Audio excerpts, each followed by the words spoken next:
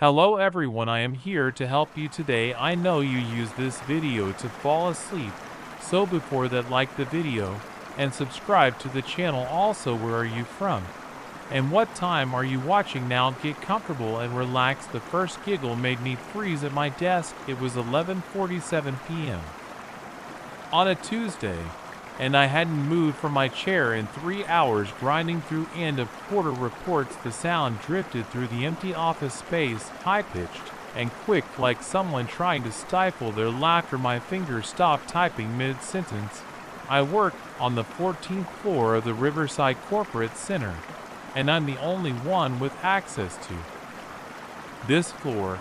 After 7 o'clock p.m., the cleaning crew comes through at 600 and security does their rounds at 8. After that, it's just me and the occasional hum of the HVAC system. I like it that way. The solitude helps me focus, especially during crunch periods like this one. Another laugh, louder this time, female, definitely coming from the direction of the main conference room. My shoulders tensed up and I felt my heart rate kick up a notch. I pushed my chair back slowly, trying to minimize the squeaking of the wheels on the carpet. The conference room door was closed, just as it had been all day. I hadn't gone in there once. No meetings were scheduled, and I'd been buried in spreadsheets since arriving at 8 o'clock. And the blinds were drawn, blocking any view inside. A soft thud came from behind the door, followed by what sounded like whispering. My mouth went dry.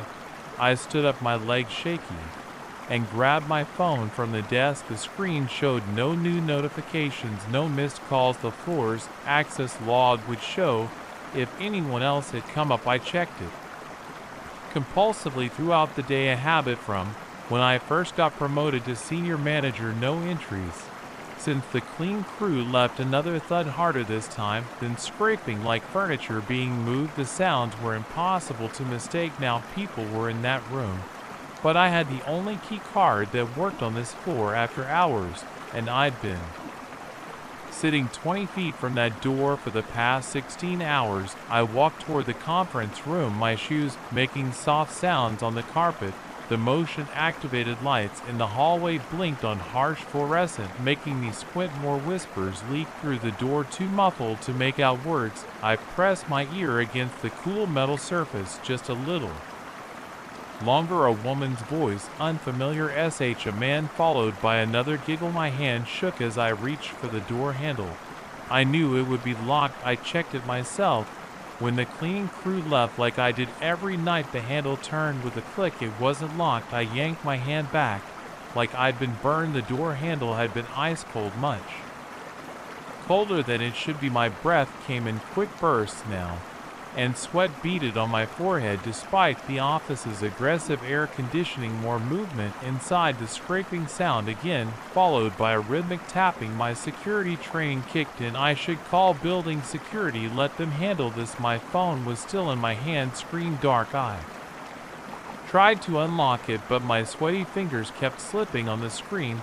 The giggling stopped abruptly. Complete silence fell, broken only by my rapid breathing. Then 3 sharp knocks on the door right in front of my face.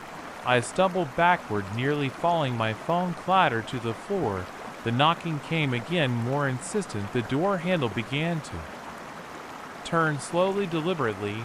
I ran. There's no shame in admitting it. I sprinted back to my desk, grabbed my laptop bag, and made for the emergency stairs behind me. I heard the conference room door open. The sound of it hitting the wall echoed through the empty office. Don't look back, that's what every instinct screamed as I shoved open the stairwell door. But I did look back, just for a second. The conference room door was wide open. The lights were off inside, but I could make out shapes moving in the darkness. More than 2, more than should be possible in that space. And they were flowing out of the room like smoke, but wrong, moving against gravity, spreading across the ceiling. I took the stairs, 3 at a time, nearly falling twice. My chest burned, but I didn't slow down until I hit the lobby. The night security guard looked up from his crossword puzzle, startled by my explosive entrance. Everything okay, Mr. Matthews? I couldn't speak, just pointed up. He called for backup. and within minutes 3 guards were heading up to the 14th floor. I waited in the lobby, gulping water from the cooler and trying to stop my hands from shaking. They found nothing. Of course, the conference room was empty, everything in its place, no signs of entry, no evidence anyone had been there. The security footage showed no one entering or leaving the floor. After the cleaning crew, the guard suggested I was working too hard, seeing things after too many late nights. I nodded, played along, told them I'd probably just been jumpy, that the sounds were probably just the building settling. They gave me concerned looks as I left, but I didn't care. I knew what I'd heard, what I'd seen. I called in sick the next day, something I hadn't done in 3 years with the company. Spent the morning researching the building's history on my laptop, combing through local news archives, found nothing unusual, nothing that would explain what happened. When I went back to work 2 days later, I requested a transfer to our downtown office. My boss was surprised. The 14th floor office was considered a perf work, a sign of status. I told him I needed a change of scenery. He approved the transfer, but I could tell he was disappointed. I still had to wrap up some projects before the move, which meant going back to the 14th floor.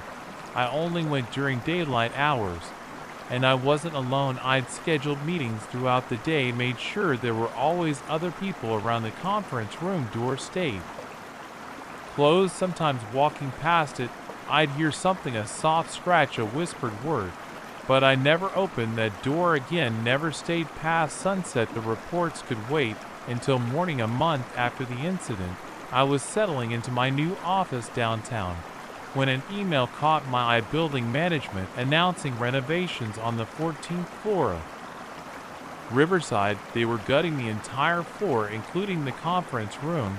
The next day, I got a call from my old boss. His voice was strange. Tight, asked if I'd heard about what they found when they started the demolition. I said no, trying to keep my voice steady. The strangest thing, he said, when they took down the conference room walls, they found an old door behind the drywall, sealed up, looked like it hadn't been opened in decades. But here's the weird part, it was locked. And when they finally got it open, it didn't lead anywhere, just opened into the exterior wall. I thanked him for letting me know, and hung up before he could say more. Turned off my phone, closed my laptop, sat in my new office, watching the Senate through windows that faced away from Riverside Corporate Center. Sometimes late at night, when I can't sleep, I think about that door they found, about what it might have been sealed up to keep in or keep out, about the things I heard in that conference room, the shapes I saw moving against gravity, but mostly I think about them. Laughter, how human it sounded at first, until it wasn't, how it changed in those last moments before I ran, becoming something that shouldn't have been possible with human vocal cords. I don't work late anymore. When the sun starts to set, I pack up and leave, no matter how much work is left to do. My productivity numbers have dropped, but I don't care. Some things are more important than quarterly reports and performance reviews. Last week, I ran into one of the security guards from that night. He was working at a different building now, and he looked older, tired. He recognized me immediately, still pulling those late nights. "Mr. Matthews?" I shook my head. He nodded slowly. "Smart man, you know we never told you what we really found that night." My chest tightened. "What do you mean?" He glanced around, then lowered his voice. "The conference room was empty when we got there, yeah. But the table, all the chairs around it were warm, like people had just been sitting in them. And on the whiteboard," he trailed off, rubbing his face. "What was on the whiteboard?" I asked.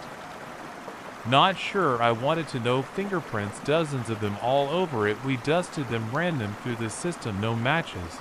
But he swallowed hard. "They weren't right. The patterns, the whorls, our tech said they didn't look human, said he'd never seen anything like them." I thanked him and walked away quickly, trying not to run. The night I dreamed of it. Conference room, of the door handle turning, of shapes moving in darkness, of laughter that started human and became something else. I woke up at 3 a.m.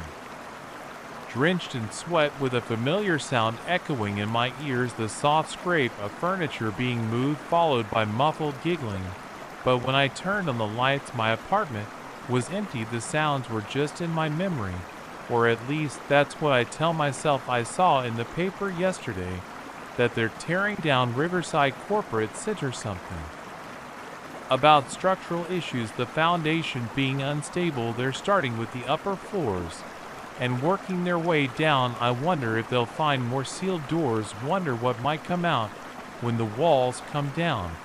But I won't be watching to find out. I've accepted a job in another city as far from Riverside as I could get. My new office is in a modern building, all glass and steel with no hidden space. Our sealed rooms till I make sure to leave before dark. Some habits are worth keeping, and sometimes when I'm alone in a quiet room, I catch myself listening for the sound of laughter, for the scrape of furniture, for knocks on doors that should be locked. But mostly I try not to think about the night on the 14th floor, about what might have happened if I'd opened the conference room door when the handle started to turn, about what I might have seen if I'd stayed just a few seconds longer. Some questions are better left unanswered, some doors are better left closed, and some rooms, like that conference room on the 14th floor, are better left undisturbed, no matter what sounds come from behind their doors late at night. When you think you're alone in the building, but you're never really alone, not in places like that. I know that now. The first thud came at 2:47 a.m. I know because I checked my phone thinking it might be the neighbors, but this building was too new to have neighbors. I'd moved in just 2 weeks ago, and so far I was the only tenant on the entire 7th floor. Another thud followed by what sounded like shuffling footsteps in the hallway. My TV was off. The AC had cycled down in that artificial silence of a new building. Those sounds shouldn't exist. I put down my laptop and stood up from my desk. The footsteps continued, slow and uneven, like someone dragging their feet across the carpet. Then came the voices, muffled and distinct, but definitely human, at least two different ones speaking in low tones. I couldn't make out through the door. The rational part of my brain said it had to be maintenance workers or security doing late-night checks, but at this hour in a building that was still mostly empty, I walked to my front door and pressed my ear against it. The voices were clearer now, a man and a woman, their words still too garbled to understand. They sounded agitated, speaking in quick, sharp bursts. My hand hovered over the doorknob. I'm not usually the type to investigate strange noises in the middle of the night. I've seen enough horror movies to know better. But this was my floor, my home. I had a right to know what was happening out there. I opened the door as quietly as possible, just a crack at first. The hallway lights were on, their usual dim night setting, casting long shadows across the beige carpet. The voices had stopped, opening the door wider. I stepped into the hallway, empty. The cream-colored walls stretched in both directions, unmarked by any decorations or signs. The building was too new for those touches, just a long row of identical dark wood doors, all of them vacant units, except mine. The elevator was about 30 feet to my right. Its digital display caught my attention immediately. The numbers were flickering rapidly, jumping between different floors in a way I'd never seen before. As I watched, it settled on 7, my floor, but the light behind the number pulsed erratically like a fluorescent bulb about to die. I walked toward it slowly. My bare feet made no sound on the new carpet, but I could feel how cold it was through my socks. The air in the hallway was several degrees cooler than my apartment, which didn't make sense, since the building's climate control system was supposed to be state-of-the-art. When I got within 10 feet of the elevator, I heard a scratching sound coming from behind the metal doors, not mechanical. This was organic, like fingernails dragging across the surface. I stopped. The display continued to flicker on 7, casting intermittent blue light across the hallway. The scratching got louder, more deliberate. then a thump from inside the elevator car heavy enough to make the doors vibrate slightly. Hello, I called out, immediately regretting breaking the silence. My voice sounded too loud, too intrusive. In that empty space, the scratching stopped, the thumping stopped, everything went quiet, except for the soft electrical hum of the hallway lights. I took another step forward. The elevator doors looked normal, crushed stainless steel, pristine and unmarked, but something was wrong with the seam where they met in the middle. Instead of being perfectly straight, it seemed to bulge outward slightly, as if something was pressing against it from the inside. The display flickered again, this time cycling through all the numbers rapidly before going dark completely. In that moment of darkness, I heard the voices again, closer now, coming from inside the elevator car. The woman's voice was clearer. Please help us. My heart started pounding. I reached for my phone, then remembered I'd left it in my apartment. The smart thing would be to go back, call building security or the police. But what if someone was actually trapped in there? I stepped closer to the elevator and pressed the call button. Nothing happened. I pressed it again, holding it down longer. This time the display remained dark. The scratching resumed, more frantic now, multiple sets of fingernails dragging across metal. The doors bulged further outward, the seam between them widening enough that I could see darkness through the gap. Is someone in there? I asked, my voice shaking slightly. I can call for help. A hand shot through the gap between the doors, pale, dirty, with broken fingernails. It clawed at the air for a moment before gripping the edge of the door, trying to pull it open wider. I stumbled backward. The hand was followed by another, then another, multiple hands forcing their way through the widening gap, accompanied by the screech of metal being forced apart. The lights in the hallway flickered, and in that strobing effect, I saw faces pressing against the gap, distorted, wrong somehow. Their features twisted in ways that human faces shouldn't move. Their mouths were open too wide, showing too many teeth. I turned and ran. Behind me, I heard the final screech of metal giving way, followed by the wet sound of bodies hitting the carpet. The voices started again, no longer muffled, no longer human. My hands were shaking so badly I could barely get my key into the lock. I could hear them coming, the shuffle drag of multiple sets of feet on carpet getting closer. The hallway lights were flickering faster now, casting the scene in broken fragments of visibility. I got the door open and slammed it behind me, turning both deadbolts. For a moment, I just stood there, breathing hard, listening. The footsteps stopped right outside my door. Something scraped against the wood, those same broken fingernails. Then a voice, the woman from before, but different now, distorted, like someone playing a tape at the wrong speed. Let us in, it said. We lived here first. I backed away from the door. That didn't make sense.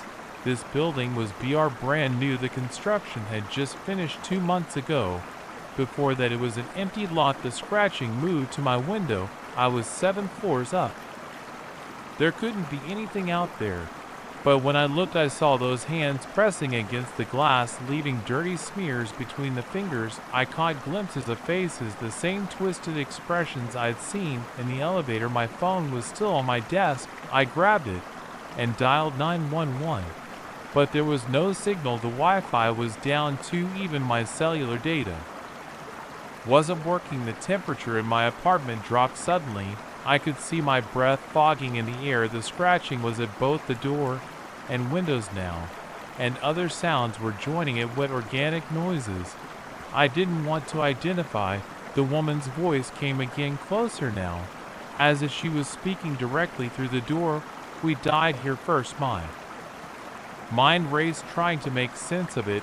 I'd done my research before moving, and this was newly developed land never built on before. The construction company had broken ground just last year. Unless I pulled up the building's website on my laptop, thankful I still had the page loaded in my cache. I scrolled through the development history looking for anything I might have missed there, in a small note near the bottom site of the former Westbrook Apartments demolished 1986 following structural collapse. 28 residents lost. A crack appeared in my window, spreading like a spiderweb from where one of the hands pressed against it. The door's hinges were starting to bend inward, metal groaning under impossible pressure.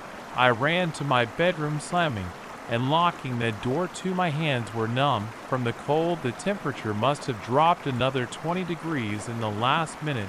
The outer door finally gave way with a crash. I heard them entering my apartment, the drag of feet, the sound of furniture being knocked over, those wet shuffling noises getting closer. They were talking now, multiple voices overlapping, all distorted in that same wrong way. Our home, give it back, we died here. The bedroom door wouldn't hold them for long. I looked around frantically for options. The window 7 floors up was a fatal drop. The closet, just another dead end. Something hit the bedroom door hard enough to splinter them. Through the cracks, I could see them, fragments of faces, hands, bodies that weren't quite right, like someone had tried to reconstruct human beings from broken pieces. The door burst inward. They filled the doorway, a mass of twisted limbs and distorted faces, all pressed together like they were still trying to fit in that elevator car. Their skin was pale, and moth-lead clothes, rotted and stained with old blood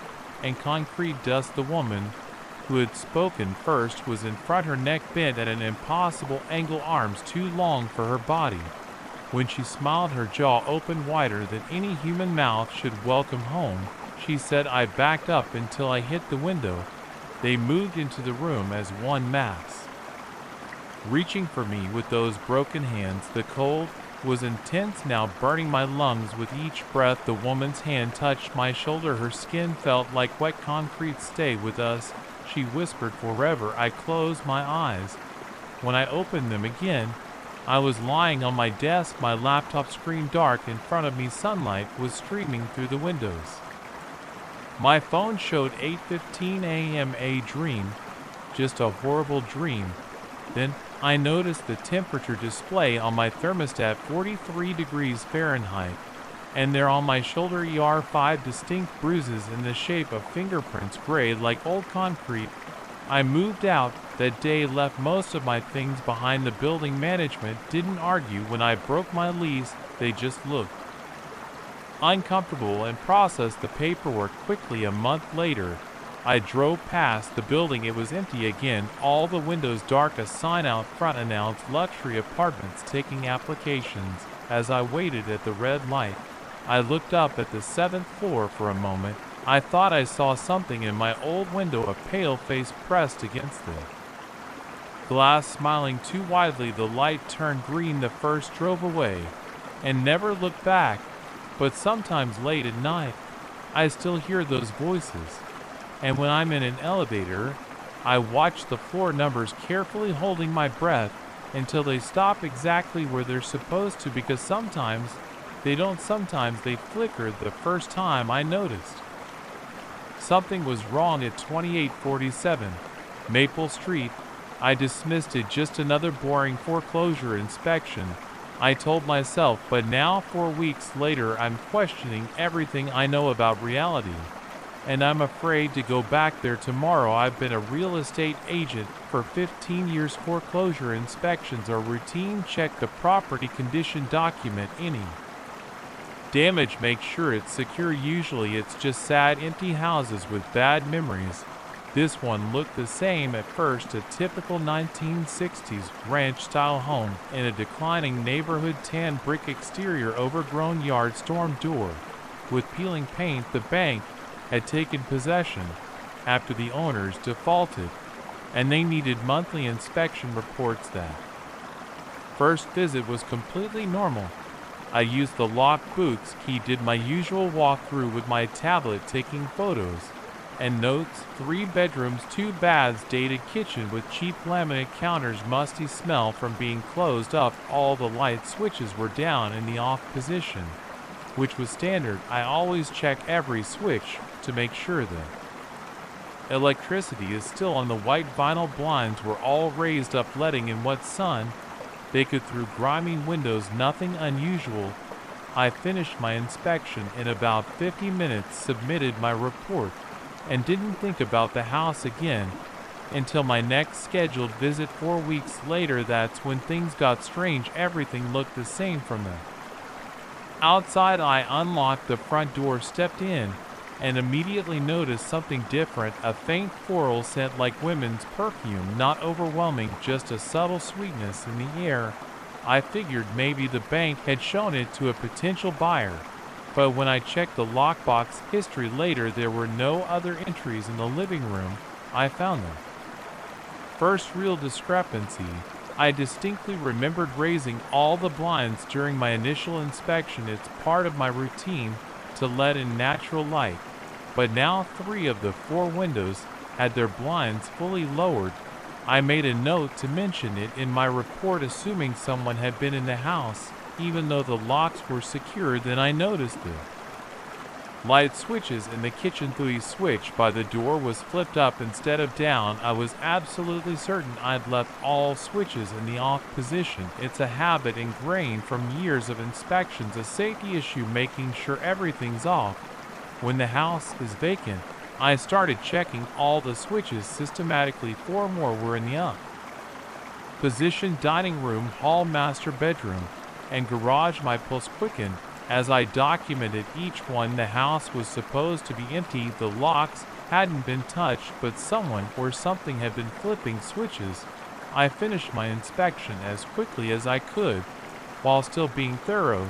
Just before leaving, I deliberately turned every switch down and raised all the blinds. I took photos to document the positions. I wanted proof for my next visit.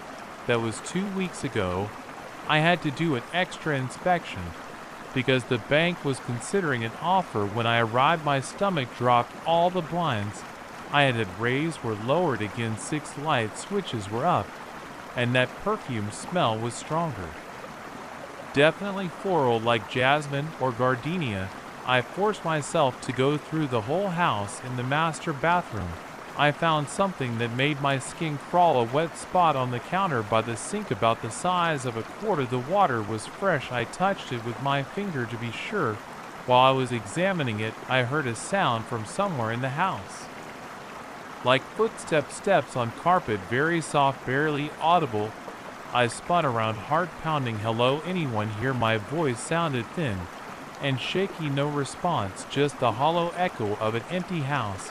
I practically ran through the rest of my inspection. Every creak of the floor made me jump. The air felt thick and heavy, like someone was watching me. When I finally got out to my car, I sat there for several minutes, hands trembling on the steering wheel. I requested to take it off the account, told my supervisor I had too many properties already. She said, no, we're short-staffed, and this is an important client.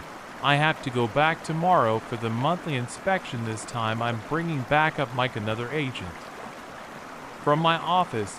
He thinks I'm being ridiculous, that there must be a logical explanation. Maybe he's right, but I know what I've seen and heard, and I can't shake the feeling that whatever is in that house is getting bolder. I'm sitting in my home office now, looking at the inspection photos on my laptop. The pictures show everything exactly as I described. Blinds up, switches down. Tomorrow we'll see what's changed. Part of me hopes Mike witnesses something too, so I know I'm not crazy, but a bigger part hopes everything is completely normal. My phone just buzzed, a text from Mike confirming tomorrow's inspection at 10 a.m. As I read it, I caught a whiff of something in the air, something floral like jasmine. I turned around slowly, expecting I don't know what. Nothing was there, just my imagination has to be. I close my laptop and try to focus on other work, but my mind keeps drifting back to 2847 Maple Street, to those light switches that keep flipping up when no one's there, to that fresh water on the bathroom counter, to those soft footsteps I heard or thought I heard. Tomorrow, I'll know more. Tomorrow, I'll have backup. Tomorrow, we'll document everything thoroughly. But right now, in the growing darkness of my office, I'm struggling to find a rational explanation for what's happening in that empty house. The next Morning dawns gray, and cold. Mike meets me in the office parking lot, travel mug of coffee in hand, looking annoyingly cheerful, ready to go ghost hunting. He jokes, sliding into the passenger seat of my car. Just help me do a thorough inspection, I say, and pay attention to anything unusual. The drive takes 20 minutes.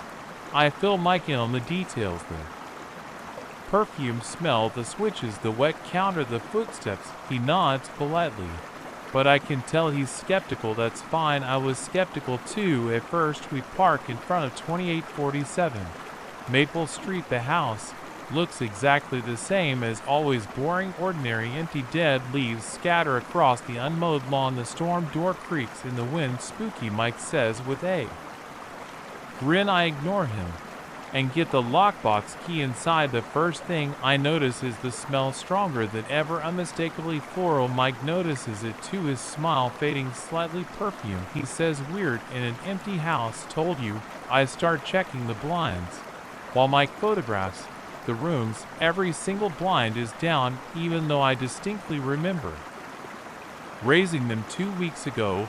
The light switches are next. I count them as I go. 1, 2, 3 switches in the up position, more than ever before. Mike, I call out, come look at this. I show him how many switches are flipped. I turned all these off last time, took photos to prove it.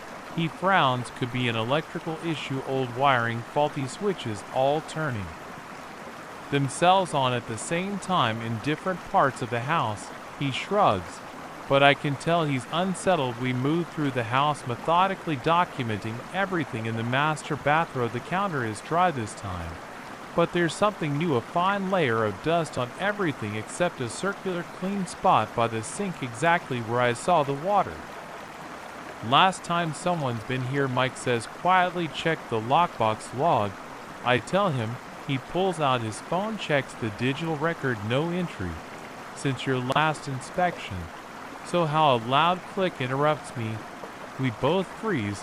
What was that? Mike whispers. Sounded like I swallow hard, like a light switch. We move cautiously to the hallway. The switch by the bedroom door is now in the up position.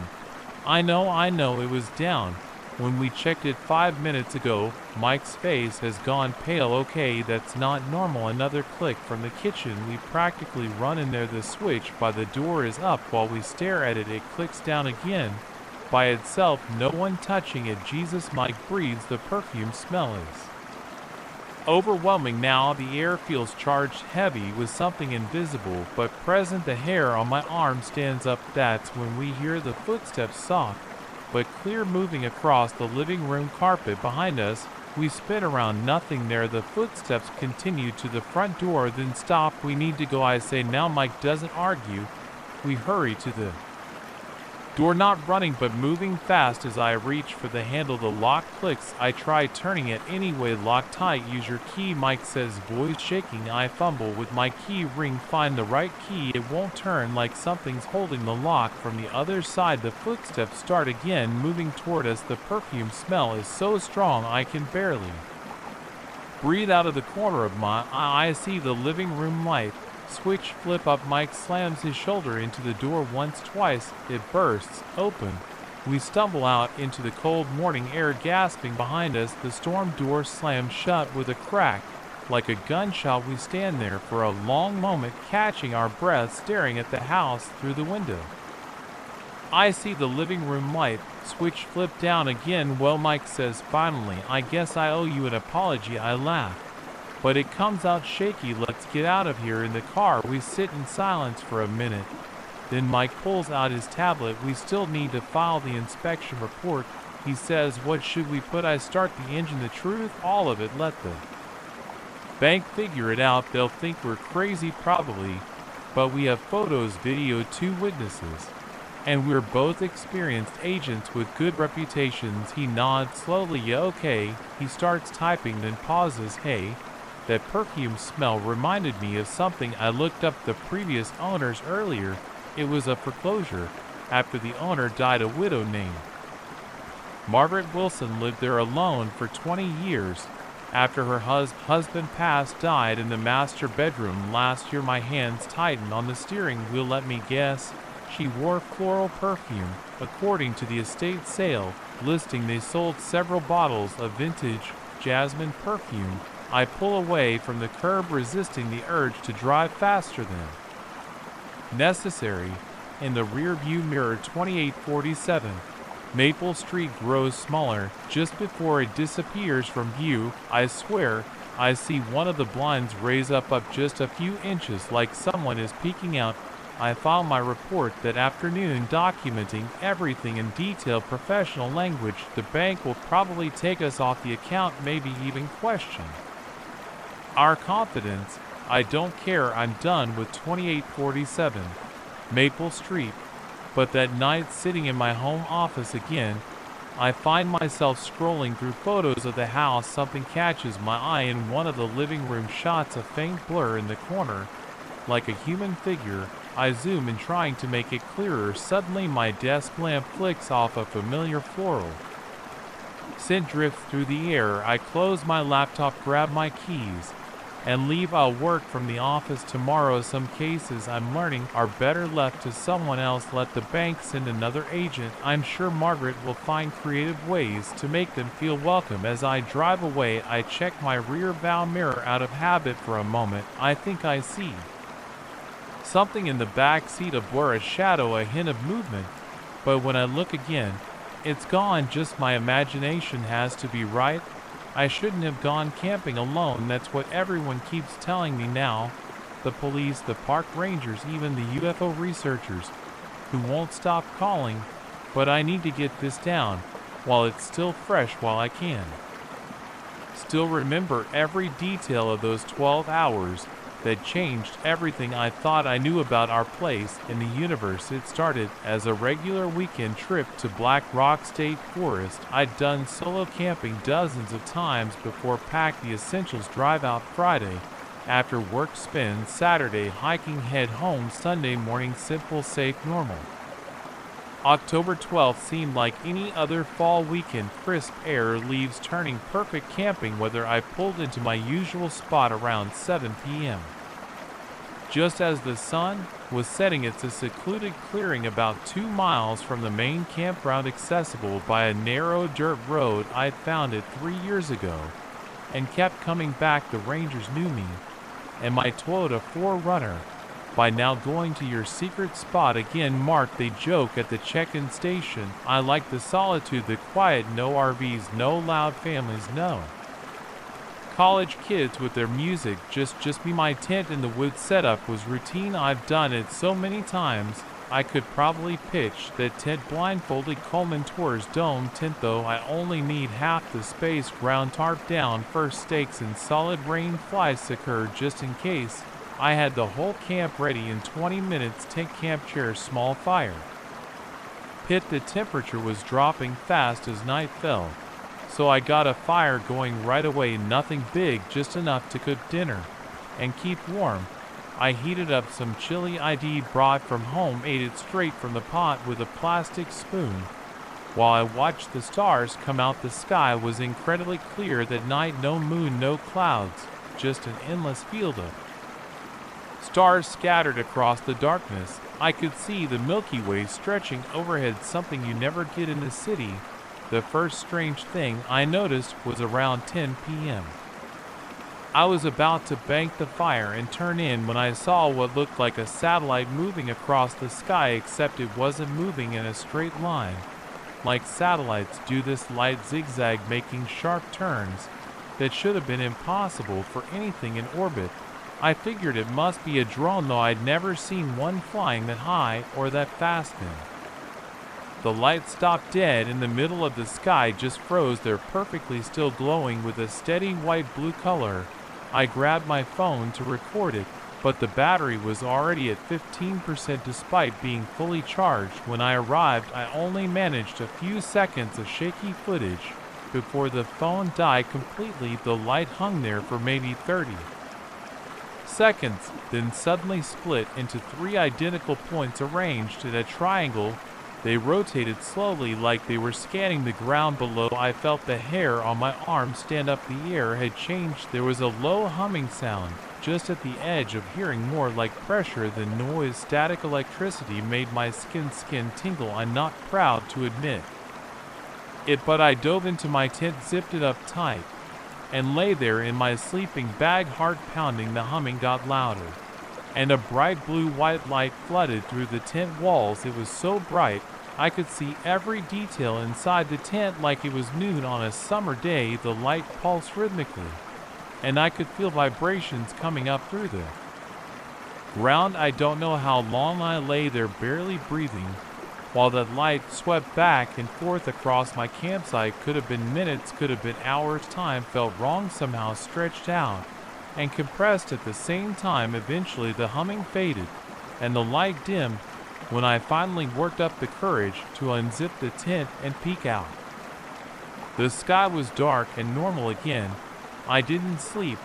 How could I? I sat up all night in that tent, jumping at every sound, every snapping twig or rustling leaf. My phone was dead. My flashlight batteries were dead too, though they'd been brand new. Even my watch had stopped at 10:07 p.m.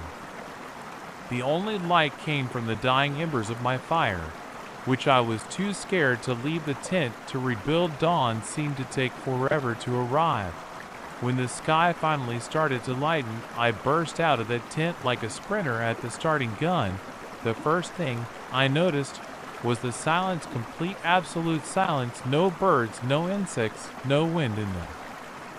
Trees, just dead silence. Then I saw the circles, 3 perfect circles burned into the ground about 50 feet from my tent, each one exactly 30 feet in diameter. The grass inside the circles wasn't just burned, it was gone, replaced by glass, smooth black material that looked like obsidian, but felt warm to the touch. The circles overlapped slightly, forming a pattern like a Venn diagram. In the center where all 3 circles intersected, there was a small raised pyramid of the same black material about 6 inches high. My hands were shaking as I took pictures with my phone, which had mysteriously started working again, but showed the wrong date, October 14th instead of 13th. That's when I noticed the other changes. The temperature had dropped at least 20 degrees overnight. There was frost on my tent, even though the weather forecast had predicted lows in the mid-50s. And most worrying of all, my car wouldn't start. The 4-wire battery was completely dead, not just weak dead. When I hooked up my portable jump starter, nothing happened. The electrical system was fried. No lights, no radio, not even a click from the starter. I popped the hood and found scorch marks on the engine block radiating out from all the electrical connections, like lightning burns. I tried calling for help, but my phone showed no signal despite usually having decent coverage. At that spot, the GPS app wouldn't load. Even the compass app just spun in circles, unable to find north. I was effectively cut off. That's when I heard it, a low pulsing hum coming from the direction of the circles. The black material was vibrating, sending ripples across its surface like water. The small pyramid in the center began to glow with a faint blue light, the same color I'd seen in the sky the night before. I grabbed my backpack and stuffed it with water, food, and warm clothes. Whatever was happening, I wasn't sticking around to find out more. I knew there was a ranger station about 5 miles away. If I followed the main trail, I could make that in a couple of hours, even loaded down with gear.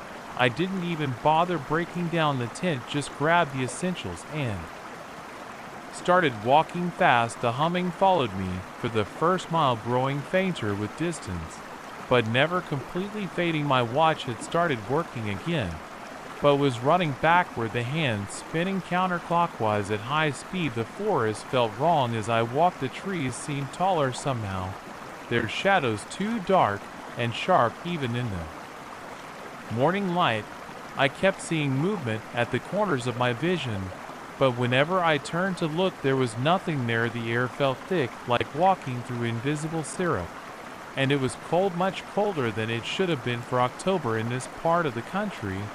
I made it about 3 miles before I had to stop. and rest my legs felt like lead, and I was breathing way too hard for the relatively easy terrain. That's when I noticed the first mark on my arm, a perfect circle about the size of a quarter, raised and red like a brand but ice cold to the touch. As I watched, two more identical marks appeared next to it, forming the same triangle pattern I'd seen in the sky. I dropped my pack and ran like hell through those woods, branches whipping my face, roots trying to trip me with every step. The marks on my arm were spreading, multiplying in geometric patterns down to my wrist and up past my elbow. Each new circle brought a wave of cold that seemed to sink right into my bones. I don't remember much about the last mile to the ranger station. My vision was blurry, my thoughts scattered. I remember the ground seeming to ripple under my feet like waves on water. Remember the trees bending away from me as I passed, their branches twisting into impossible shapes. Remember the sky turning that same bright blue-white color I'd seen the night before, though my phone's camera showed normal blue. When I tried to photograph it, I burst into the ranger station at 9:43 a.m. According to their wall clock, the ranger said I was screaming about lights and circles, though I don't remember that part. They said my body temperature was 83 degrees when they checked it, way too low for someone who'd just been running. The marks on my arm were gone by then, leaving no trace they'd ever existed. The ranger sent a team to my campsite. They found my tent and car right where I'd left them, but no signs of the circles. The ground was undisturbed. The car's battery was fine. It started right up for them. They showed me photos. Everything looked completely normal, but it wasn't normal. Nothing has been normal since that night. The date thing on my phone wasn't a glitch. I lost a day somehow. It was October 14th when I reached the ranger station, not the 13th. Like it should have been 24 hours just gone, with no memory of what happened during that time. The ranger's logs show I checked in on the 12th, but nothing after that until I showed up at their station on the 14th. My watch still runs backwards sometimes, especially at night. The compass on my phone spins wildly whenever I'm in the woods. I can't keep batteries charged. They drain in hours, no matter what device they're in, and sometimes usually around 10:07 p.m. I hear that humming again, feel that static electricity on my skin, see flashes of blue-white light at the edges of my vision. The UFO researchers say my experience matches dozens of other reports from that area over the past 50 years. They've shown me photos of similar circle patterns found in fields and forests across the country. They want me to speak at their conferences, tell my story to their followers. The doctors say I experienced a combination of hypothermia and stress-induced hallucination. They've run tests, taken scans, drawn blood. Everything comes back normal, except my body temperature, which still runs about 5 degrees below average. They prescribed anti-anxiety medications and recommended therapy. The police filed a report, but didn't investigate further. No crime was committed, no property was damaged, no one was hurt. Just another weird story from the woods. But I know what I saw, what I felt, what happened to me out there was real. Whatever it was, the marks on my arm may be gone, but I can still feel them sometimes. 3 cold circles, forming a perfect triangle, pulsing in time with that distant humming that never completely goes away. I haven't been camping since that night. Haven't even been able to stay outdoors after dark. The stars don't look the same to me anymore. When I look up at that vast field of lights, I can't shake the feeling that something up there is looking back, watching. Waiting. My tent and sleeping bag are still in the garage, gathering dust. Sometimes I think about burning them, erasing every reminder of that night, but I keep them as evidence, proof that I'm not crazy, that it really happened. The rangers say that clearing is still there, still accessible by that narrow dirt road, still empty and quiet, waiting for the next camper looking for solitude. I wonder if they'll see the lights too, if they'll find the circles, if they'll lose a day like I did. I wonder if they'll believe what they see, or if they'll convince themselves it was all in their head like everyone wants me to do, like I've tried. and failed to do every day since it happened, because the hardest part isn't the memories or the lingering effects or even the fear. The hardest part is knowing that something impossible happened to me out there in those woods, something that changed me in ways I still don't understand. And I'll never know it exactly what it was or why it chose me. All I know for sure is that I'm not the same person who pitched that tent on October 12th. That person believed he understood how the world worked, believed in rational explanations and natural laws, believed he was alone in that clearing. Now I know better. Now I know we're never really alone out there. And sometimes, when the stars are bright and that humming starts up again, I catch myself watching the sky. Not with fear anymore, but with anticipation, waiting to see those lights again, waiting for answers to questions I'm not even sure how to ask, but mostly waiting to find out what those 12 missing hours cost me, what part of myself I left behind in those 3 perfect circles. And what, if anything, took its place. I found the photograph of at the bottom of a cardboard box marked Kitchen 2020. It was wedged between my old coffee maker and some chipped mugs. That was impossible. I'd packed that box myself 3 years ago, and I'd never seen this photo before in my life. But the faces staring back at me made my stomach drop. The picture showed a family of 4 standing in front of a red brick house. The father wore a brown leather jacket that looked exactly like the one hanging in my closet at home. The mother had long dark hair pulled back in a ponytail, just like Sarah used to wear hers before the divorce. The 2 kids, a boy and a girl, looked around. 8 and 6 deep scratches ran across their faces, like someone had tried to erase them. I sat down hard on the concrete floor of my storage unit, ignoring the dust and grime. Unit 247 had been my dumping ground for the past 5 years, ever since Sarah and I split up, and I had to downsize to a 1-bedroom apartment. Now the facility was being demolished for condos, and I had 48 hours to clear everything out. The temperature was dropping as evening approached. The fluorescent lights buzzed overhead, casting harsh shadows across the rows of identical rolling doors.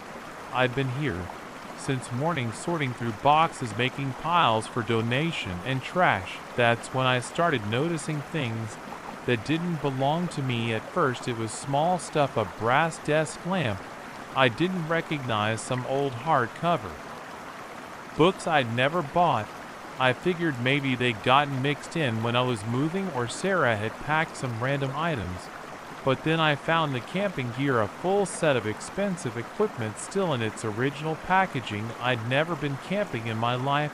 The photo trembled in my hands. The father had my exact hairline, my nose, even the small scar above his right eyebrow. But his eyes were wrong, flat and dark, like holes punched in paper. The mother could have been Sarah's twin, except for the unnatural angle of her neck and the way her smile stretched too wide across her face. My phone buzzed, making me jump. A text from Mike, my brother. You need help clearing out the unit, can come by after work. I started to type yes, then deleted it. Something told me I needed to figure this out alone. I texted back, all good, almost done, thanks. Though standing up, I did a slow turn around the tank's 15 space.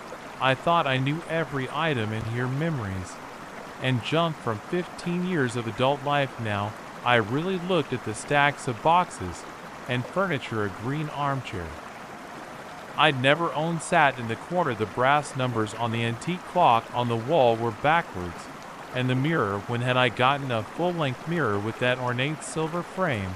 I walked over to it, feet crunching on scattered packing peanuts. My tie-in looked normal enough, 42 years old, graying at the temples, wearing my old Yankees t-shirt and jeans, dusty for moving boxes.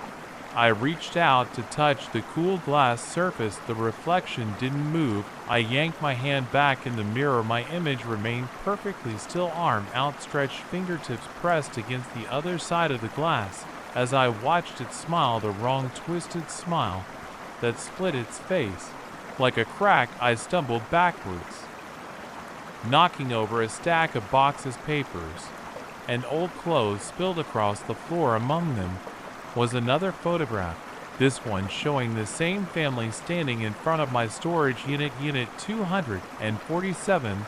They were all smiling, those horrible smiles. The date stamp in the corner read 06 of 5/2024, 7 months from now. My hands were shaking so badly I could barely pick up my phone. I needed to call someone, the police, a psychiatrist. Sarah, what would I even say? The fluorescent light above me flickered and went out in the dim glow from the remaining lights. I saw movement in the mirror. The reflection family was there now, standing behind mirror, me still smiling. The father raised his hand in a wave. I ran, slammed the rolling door down, and fumbled with the padlock behind me. Something scratched against the metal door. I dropped the keys twice before managing to lock it. The long hallway of storage units stretched out in both directions, identical doors disappearing into shadow. I couldn't remember which way led to the exit. My breath came in short gasps that echoed off the concrete walls. A door rattled somewhere in the darkness, then another, and another. The sound of rolling metal grew louder, closer, like a wave of doors opening and closing. I picked a direction and ran. The emergency exit sign glowed red at the end of the hall. Or was it just another reflection? The rattling followed me, along with a new sound, footsteps out of sync with my own, and whispers too quiet to make out the words. I slammed through the emergency exit into the parking lot. The sun had set. While I was inside, my car sat alone under a flickering lamp post. I fumbled for my keys, pressing the unlock button repeatedly. The car chirped in the brief flash of the headlights. I saw them for figures standing at the edge of the parking lot. A family, my family. But wrong. I dove into the driver's seat and locked the doors. The engine roared to life. As I peeled out of the parking lot, I glimpsed them in my rearview mirror. They stood in a perfect line, waving goodbye with those twisted smiles. The father wore my leather jacket. That was 3 days ago. I haven't been back to the storage facility, haven't been back to my apartment either. I've been driving, staying in cheap motels, paying cash. Every mirror I pass shows me something different now. Every photograph I look at changes. When I look away this morning, I found another picture in my wallet. I know I'd never seen it before, but it was tucked behind my driver's license, like it had always been there. It shows me the real me standing with that family in front of unit 247. We're all smiling, those wrong smiles. The date stamp says 0616 in 2024. Tomorrow, I could run, drive until I run out of gas, then keep going on foot.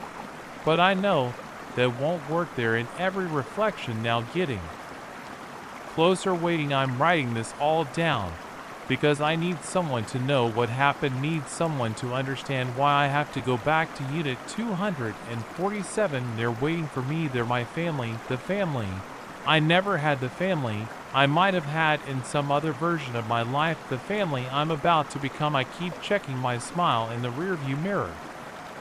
It looks normal for now, but sometimes out of the corner of my eye I catch it starting to stretch. I should have known something was wrong the moment I found that first photograph. Should have walked away, called the police, done something different. But now it's too late. The changes are spreading. This morning, I found a brown leather jacket in my back seat, the exact one from the photo. When I reached back to touch it, it was warm. The storage facility office called an hour ago. A woman's voice, familiar, but wrong, like Sarah's voice played backwards, just reminding you that all units must be cleared out by tomorrow. Unit 247 still has some items inside. Your family's waiting to help you move them. I hung up, threw my phone out the window, but I can still hear her voice in my head, getting louder. They're all getting louder now, whispering about tomorrow, about unit 247, about becoming. The sun is setting. I'm parked outside a gas station somewhere in New Jersey, watching my reflection in the window. It's still me mostly, but if I look closely I can see them standing behind me getting clearer, more solid. Their smiles are my smile. Now I'm going back to Unit 247. I don't have a choice anymore. They're calling me home. If you're reading this, don't look for me. Don't try to find Unit 247. And whatever you do, don't trust the reflections. They're not reflections anymore. They're doors.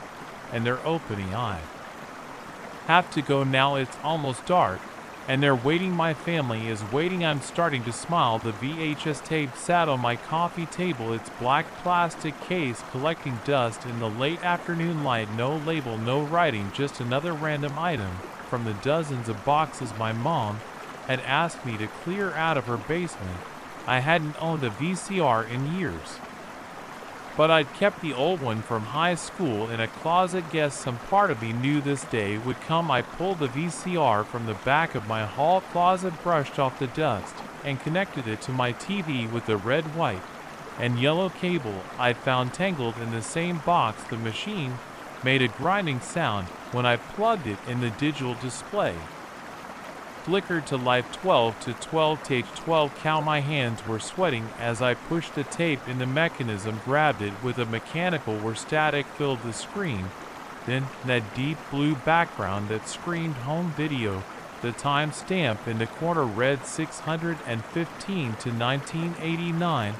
I was 7 years old. Then the image stabilized, showing our old backyard in New Jersey. The red swing set my dad built, the above-ground pool with its faded blue liner.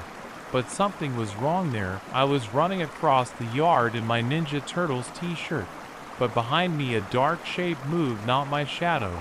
The sun was directly overhead in the video. This was something else, a black mass that followed my movements, staying about 3 foot behind me at all times. I leaned closer to the TV, my throat tight. I didn't remember this day, not the swing set, not playing in the yard. And I definitely didn't remember that shape. The video jumped, typical of old home recordings, and now showed me sitting at our kitchen table. Birthday cake, 8 candles. This must have been the next year, 1990. My mom was there, younger. Her hair still dark brown. Dad filming, obviously. My little sister Tracy in her high chair, face already smeared with frosting. And there it was again. The shadow standing behind my chair, taller than before, but still roughly matching my proportions. The edges of it were fuzzy, undefined. As I watched, it seemed to pull slightly, like heat waves rising from hot pavement. My chest felt tight. I hit pause, got up, and walked to the kitchen. My hands shook as I poured a glass of water. I drained it in 3 gulps, then gripped the edge of the counter until my knuckles went white. I didn't remember that birthday party either. Back in the living room, I hit play again. More birthdays, family picnics, Christmas mornings. Years of my childhood played out in grainy video quality. And in every single frame, that shadow stayed with me, growing as I grew, always just behind me, just over my shoulder. None of my family members seemed to notice that. They never glanced at it, never reacted when it moved. In one scene, my mom walked right through it while bringing out a plate of hamburgers at a backyard barbecue. I fast-forwarded through several minutes of static, and the next clear image made my stomach lurch. My 10th birthday party at Pizza Hut. I remembered this one. It was the first memory I could actually place. Red plastic booth, paper plates, those cheap cardboard party hats. My friends from elementary school singing off key around the table. But the shadow was gone. Every video after that point showed me normally. No dark shape, no mysterious presence, just regular home movies of a regular kid growing up in suburban New Jersey. I rewound to the Pizza Hut scene and watched it again, frame by frame. The moment when I blew out the candles, there was something, a flicker of darkness at the edge of the frame, then nothing. My phone buzzed, making me jump. A text from my mom. Find anything interesting in those boxes. I stared at the message for a long time. My thumbs hovered over the keyboard. Finally, I typed, "Mom, who usually did the filming when we were kids." The 3 dots appeared immediately. "Your father, mostly, you know how He was with that camera. Why I hesitated again. Did we have a birthday party for me at Pizza Hut when I turned 10 this time? The pause was longer. Yes. But you got sick, remember? High fever that morning, almost had to cancel. You were so stubborn about still having the party, kept saying you weren't going to let it when we thought you were just delirious. From the fever my hands went cold. I did remember the fever, 3 days in bed oscillating between burning up and freezing, dreams of something dark and close hovering over me, seeping into my skin. I texted back, find any old photo albums. When you were cleaning, check the box marked photos. 85-95 should be in there somewhere. I dug through the pile of boxes until I found it. The cardboard was soft with age, the marker faded. Inside, dozens of photo albums with sticky plastic pages. I grabbed the one labeled 1989 and started flipping. The photos matched the videos. Every single shot of me before age 10 showed that shadows. Sometimes it was more defined, almost human-shaped. Sometimes it was just a dark blur, but it was always there, always following. My fingers trembled as I turned the pages. I called my mom. Hey sweetie, getting nostalgic going through all that stuff. Mom, I need you to be honest with me. Was I different before I got sick that time before the Pizza Hut birthday? The silence on the other end stretched out when she spoke again. Her voice was careful. What do you mean different? Did I do things you couldn't explain, say things that didn't make sense? Did I ever talk about someone or something being with me? Another long pause. Why are you asking about this now? Please, Mom, I need to know. She sighed. You were an unusual child, very intelligent, but you had what the doctors called an active imagination. You talked to yourself constantly, claimed you had a friend that no one else could see. We thought it was normal at first. Lots of kids have imaginary friends, but yours seemed different. My mouth was dry. Different. How you said it was always with you, that it had been with you since you were born, that it was teaching you things. She paused. Again, you used to tell us it was showing you places, other worlds. You described these incredible scenes, these impossible things. We took you to child psychiatrists, but they all said the same thing, that you'd grow out of it. And you did. After that fever, you stopped talking about your friends, stopped talking to yourself, became a normal little boy.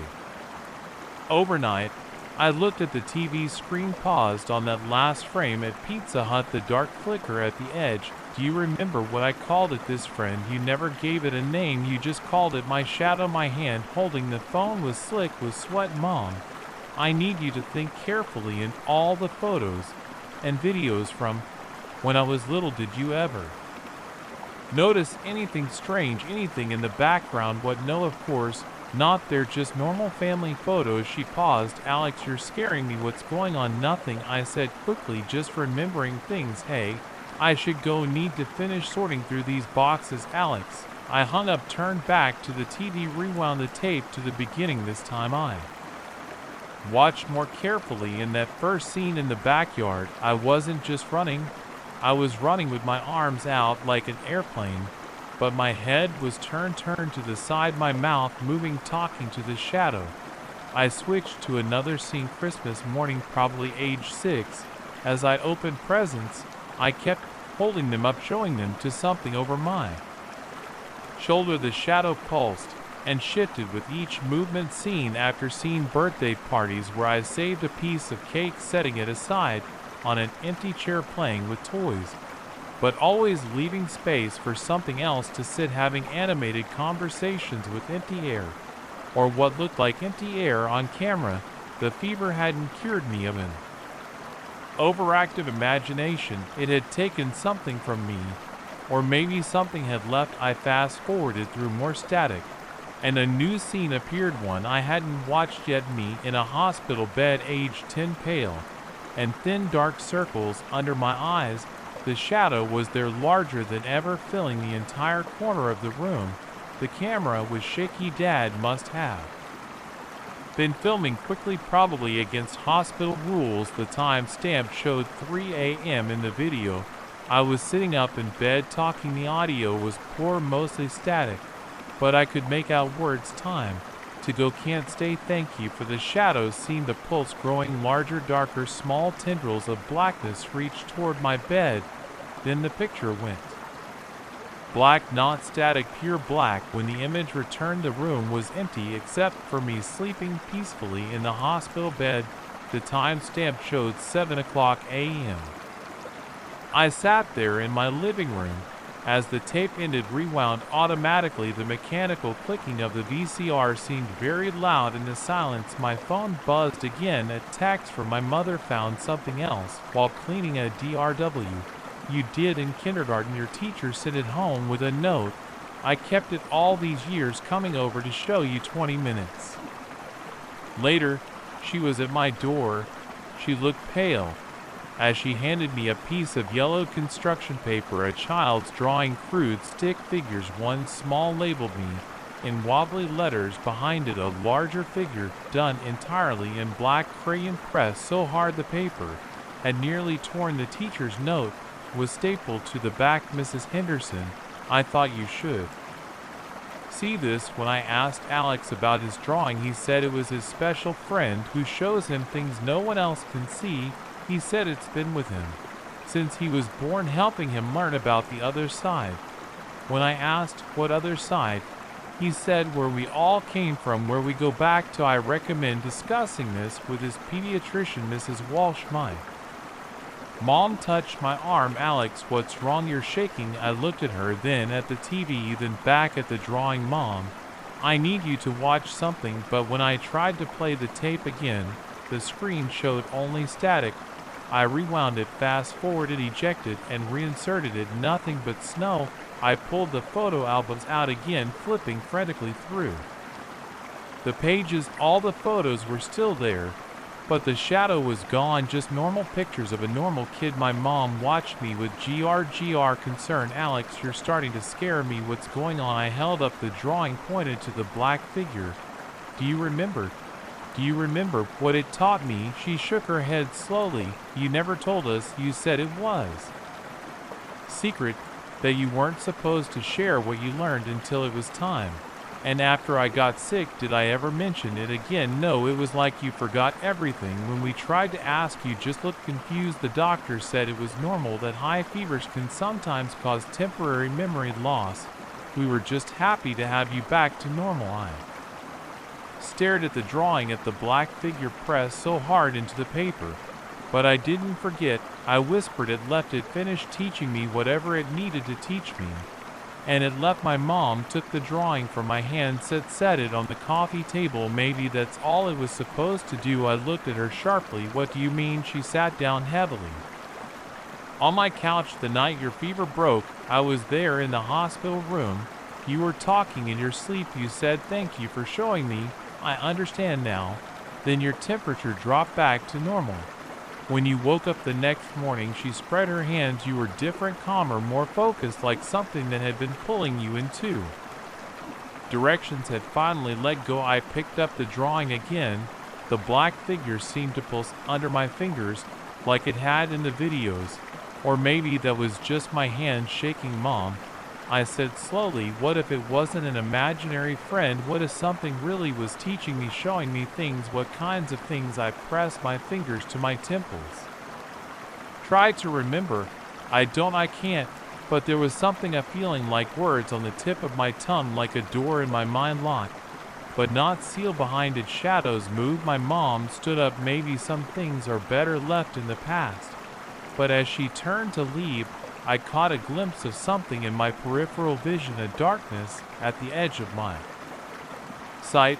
When I turned my head, it was gone. That night, I dreamed of shadows, of other worlds, of things I'd been shown, but made to forget until I was ready. And in the morning, when I looked in the mirror, I thought I saw something shift behind my reflection just for a moment, just a flicker of darkness. I should have been terrified, should have run, screaming for my own home, but instead, I felt recognition, like seeing an old friend after for many years, like remembering something I'd always known, but had temporarily misplaced. The shadow had taught me things when I was young, things about the other side, about where we come from, where we return to. and maybe, just maybe, it was time for me to. Remember, I picked up my phone to call my mom to tell her everything that was coming back to me, but when I reached for it, my hand passed through a patch of darkness that hadn't been there before. The shadow was back, and this time I was ready to learn. I didn't expect to end up at the Starlight Motel that night. The neon sign buzzed with half its letters burned out, casting a sickly red glow across the empty parking lot. My Ford had broken down 10 miles outside of Millbrook, Arizona, and this was the only place within walking distance. The night clerk barely looked up from his phone when I walked in, just pushed a registration card across the scratched counter and muttered, $40, room 214. Smelled like stale cigarettes and cheap air freshener. The carpet was worn thin, revealing concrete underneath in patches near the bathroom door. A single queen bed took up most of the space, its brown bed spread decorated with cigarette burns. The TV was an old tube model bolted to a metal bracket on the wall. I locked the door, both the regular lock and the chain, as soon as I got inside. Force of habit from too many nights in places like this. The bathroom light flickered when I flipped the switch, revealing rust stains in the bathtub and a cracked mirror above the sink. I splashed some water on my face and stared at my reflection. 2 days of stubble, bloodshot eyes, wrinkled shirt. I looked exactly like the kind of guy who ends up in a place like this at midnight on a Tuesday. The bed read when I lay down, still fully dressed except for my shoes. I kept my wallet in my pocket and my phone on the nightstand, screen facing up so the light would wake me if anyone called. The ceiling fan spun in lazy circles, making a clicking sound every fourth rotation. Sleep came in fits and starts. The walls were thin enough that I could hear the couple arguing 2 doors down, the rumble of trucks on the highway, the ice machine grinding in the hallway. I dozed off sometime after 2:15 a.m. When the argument finally died down, the sound of metal scraping against metal jerked me awake. In the darkness, I heard the distinct click of a key turning in the lock of my door. My heart slammed against my ribs. I lay completely still, eyes fixed on the strip of light under the door. A shadow moved across it. The lock mechanism turned with a heavy click. I rolled off the bed as quietly as I could, crouching on the floor between the bed and the wall. My phone was still on the nightstand. The door handle began to turn. The chain caught with a sharp clank through the 3 inches gap. I saw a slice of hallway light and something moving in the shadows. The door pushed against the chain again, harder this time. The metal link stretched tight. Wrong room. I called out, my voice steadier than I felt. My hands were trembling, sweat ran down my back. No response, just another push against the chain. I lunged for my phone, fumbling to dial 911. The screen was black dead. I knew I charged it. Before lying down, I jabbed the power button repeatedly. Nothing. The pushing stopped. Footsteps moved away from the door, growing fainter down the hallway. I stayed frozen in place, listening to my own ragged breathing in the darkness. Minutes passed, maybe an hour. I didn't move from my spot between the bed and wall. Every sound, the ice machine doors closing, cars passing, made my muscles tense. When gray light finally started seeping through the threadbare curtains, I stood on shaky legs, my back ached from crouching for so long. I checked my phone again, still dead. I approached the door slowly. The chain hung loose, swinging slightly. The deadbolt was unlocked. I know I locked it. I always lock it. It's the first thing I do in any motel room. But there it was, turned to the unlocked position. I pressed my ear against the door. The hallway was silent, moving as quietly as possible. I turned the handle and opened the door a crack. The fluorescent lights buzzed overhead, illuminating the empty corridor. The worn carpet stretched in both directions, identical numbered doors on either side. I grabbed my shoes and wallet, not bothering with the rest of my stuff. The hall was clear. I walked quickly toward the lock, looking straight ahead, fighting the urge to run. The morning clerk was different from the night guy, an older woman with gray hair and reading glasses hung on a chain around her neck. She barely glanced up from her crossword puzzle when I approached the desk. "Everything okay with your room, sir?" she asked in a bored tone. "Someone tried to get into my room last night," I said. "They had a key." She looked up, then frowning slightly. "That's not possible. We only make one key per room. And you had yours. I'm telling you, someone tried to unlock my door at 3 a.m. The deadbolt was unlocked this morning, sir. All our keys are accounted for. Maybe you forgot to lock it." I didn't forget. My voice rose. I forced myself to take a deep breath. "Look, can you just check if anyone else was issued a key to room 214? She sighed and turned to her computer, typing slowly with two fingers. "No other keys issued, and the electronic log shows no entries after you checked in at 11:47 p.m. Electronic log. All our keys are electronic now. Every time one is used, it's recorded in the system." She turned the monitor toward me. A simple spreadsheet showed room numbers and time stamps. The last entry for 214 was indeed my check-in. "That's impossible. I heard someone try to unlock my door. The deadbolt was turned." She shrugged. "System doesn't lie, sir. Will you be checking out now?" My hand was shaking again as I signed the receipt. I walked quickly to my car, scanning the nearly empty parking lot. As I went, an old Buick, a pickup truck, and a minivan were the only other vehicles there. The Ford started on the first try. Of course it did. I pulled out of the lot without looking back at room 214. 25 minutes later, I stopped at a diner just outside of Millbrook. My phone came back to life as soon as I plugged it into the car charger. No missed calls, no texts, battery at 100%. I sat in a booth by the window, ordered coffee I didn't really want, and opened the browser on my phone. The Starlight Motel had exactly 2 reviews online, both from over a year ago. Clean enough, cheap, and okay for one night. If you're desperate, nothing about mysterious keys or unlocked doors. Nothing about electronics failing or dead bolts turning themselves. Just another rundown motel by the highway. The waitress brought my coffee. "You okay, honey? You look like you've seen a ghost." I forced a smile. "Long night, bad sleep?" She nodded sympathetically and moved on to the next table. I stared into the black coffee, watching steam rise in the fluorescent light, the same kind of lights as the motel hallway. My hands were steady now, but a cold weight sat in my stomach. I knew what I'd heard. I knew I'd locked that door, and I knew the electronic log had to be wrong, because someone or something had tried to get into room 214 at 3 a.m. I paid for the untouched coffee and got back on the highway. The morning sun was bright, making me squint in my rear view mirror. I could just make out the faded sign of the Starlight Motel growing smaller as I drove west. 3 days later, I was back home in Nevada, trying to convince myself it had all been some kind of waking dream brought on by exhaustion. I almost had myself believing it until I got the call. It was the Millbrook Police Department.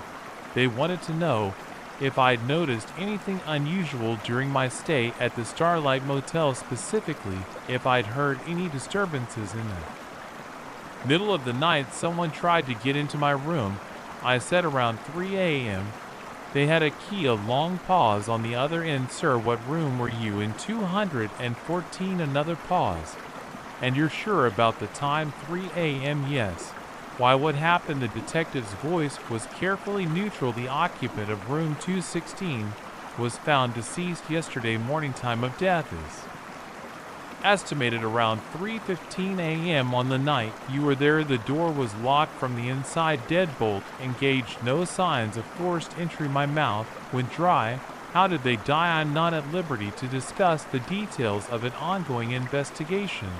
But if you think of anything else from that night, please call us immediately." I hung up and sat in my kitchen staring at nothing. The cold weight in my stomach was back. I opened my laptop and searched for news from Millbrook. The story was there buried on page 3 of the local paper's website. Local man found dead in motel room.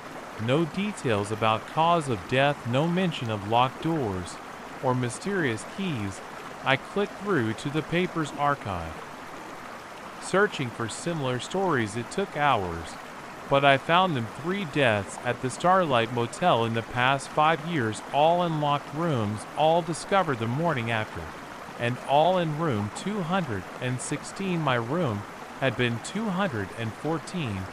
I thought about the footsteps I'd heard that night moving away from my door, moving down the hallway toward room 216. The cold weight spread from my stomach to my chest. I closed the laptop and walked to my liquor cabinet. My hands were shaking again as I poured 3 fingers of whiskey. The detective had said there were no signs of forced entry. The door had been locked from the inside, just like my deadbolt had been mysteriously unlocked.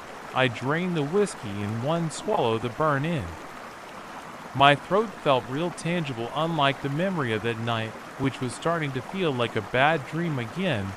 But I knew it wasn't a dream, just like I knew I'd locked the door, just like I knew something had tried to get into my room at 3 a.m. I poured another drink and opened my laptop again. This time, I searched for the history of the Starlight Motel. It had been built in 1963, renovated in 1989, and again in 2018. When the current owners installed the electronic key system, the renovation article mentioned they'd replaced all the old locks, all except one door that wouldn't accept the new system, the door to room 216. My phone rang, making me jump. Unknown number. Hello, sir. This is Detective Morrison again. One more question about your stay at the Starlight. You said someone tried to get into your room with a key. Yes.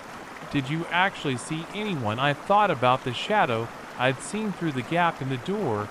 Had it been a person shadow? I wasn't sure anymore. No, I said. I just heard the key in the lock. And you're certain you locked the deadbolt? Yes. But it was unlocked in the morning? Yes. A long silence.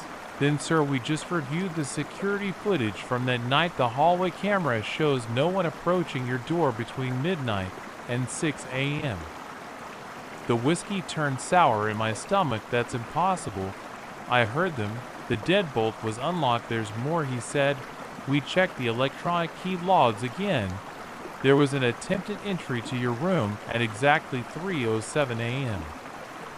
But it wasn't with a key. What do you mean? The system logged it as a master. The motel doesn't have any master keys. They were all destroyed in 2018. When the new system was installed, I sat in silence, processing this. One more thing. The detective said the time of death in room 216 has been confirmed: 3:15 a.m. Exactly 13 minutes after the logged attempt to enter your room. I hung up without responding. My hands were steady as I poured a third drink, but the rest of me was shaking. I thought about that night again, the key turning in the lock, the shadow in the gap, the footsteps moving away toward room 216. 13 minutes. I opened my laptop one last time and booked a flight to Phoenix. I needed to see the Starlight Hotel again, needed to look at room 214 and room 216 in the daylight, but mostly I needed to know what would have happened if that chain hadn't caught, if whatever had tried to enter my room had gotten in. The flight was in 6 hours. I poured another drink and watched the sun set through my kitchen window. In the gathering darkness, I heard a sound that made my blood run cold. Metal scraping against metal, like a key turning in a lock. I turned slowly toward my front door. The deadbolt was locked. I knew it was locked, but as I watched it began to turn. But as the first time, I noticed it was on a Tuesday at 2:17 p.m. I remembered the exact time because I checked my phone right after I was running late to a budget meeting on the 8th floor. And I took that old maintenance stairwell to avoid the crowded elevators. No one ever used those stairs, that's probably why they hadn't bothered fixing the flickering fluorescent light On the 4th floor landing, I rushed down the metal steps, my dress shoes making hollow clanging sounds. The handrail was cold under my palm, that thick industrial-grade steel they used in and 5th floors. Something caught my eye, movement in the polished surface of the handrail. It was my reflection. But something was wrong. I stopped. The reflection stopped too, but a split second later. Like watching a video feed with slight lag, I moved my hand up. The reflection followed, delayed by maybe a quarter of a second. My heart started beating faster, and I felt sweat forming on my forehead. I wiped it away with my sleeve. The reflection did the same, but again, just slightly behind. I stood there for what felt like minutes, moving my hand back and forth, watching the lagging reflection. The fluorescent lights hummed overhead. My phone buzzed in my pocket, probably someone wondering where I was. I jerked my hand away from the rail and practically ran down the remaining stairs. I burst through the door into the 4th floor hallway, my breathing heavy. A woman from accounting gave me a strange look as she walked past. I made it to the meeting 20 minutes late. My boss Davis shot me an irritated glance as I slipped into an empty chair. I couldn't focus on the PowerPoint presentation. My hands were shaking, and I kept thinking about what I'd seen in that stairwell. I told not enough sleep, the usual excuses. After the meeting, I took the elevator back to my floor. I avoided that stairwell for the rest of the day. I finished my reports, answered emails, made small talk with coworkers, normal stuff. But my mind kept drifting back to that reflection. That night, I couldn't sleep. I lay in bed staring at the ceiling, replaying the incident in my head. The software of my bedroom fan filled it. Silence. My cat Max was curled up at my feet, purring quietly around 3 a.m. I grabbed my phone and started researching reflection delays and optical illusions. I found nothing useful, just physics papers I couldn't understand and conspiracy theory websites. The next morning, I almost called in sick, but I knew I had to go back and check. I had to know if I was losing my mind.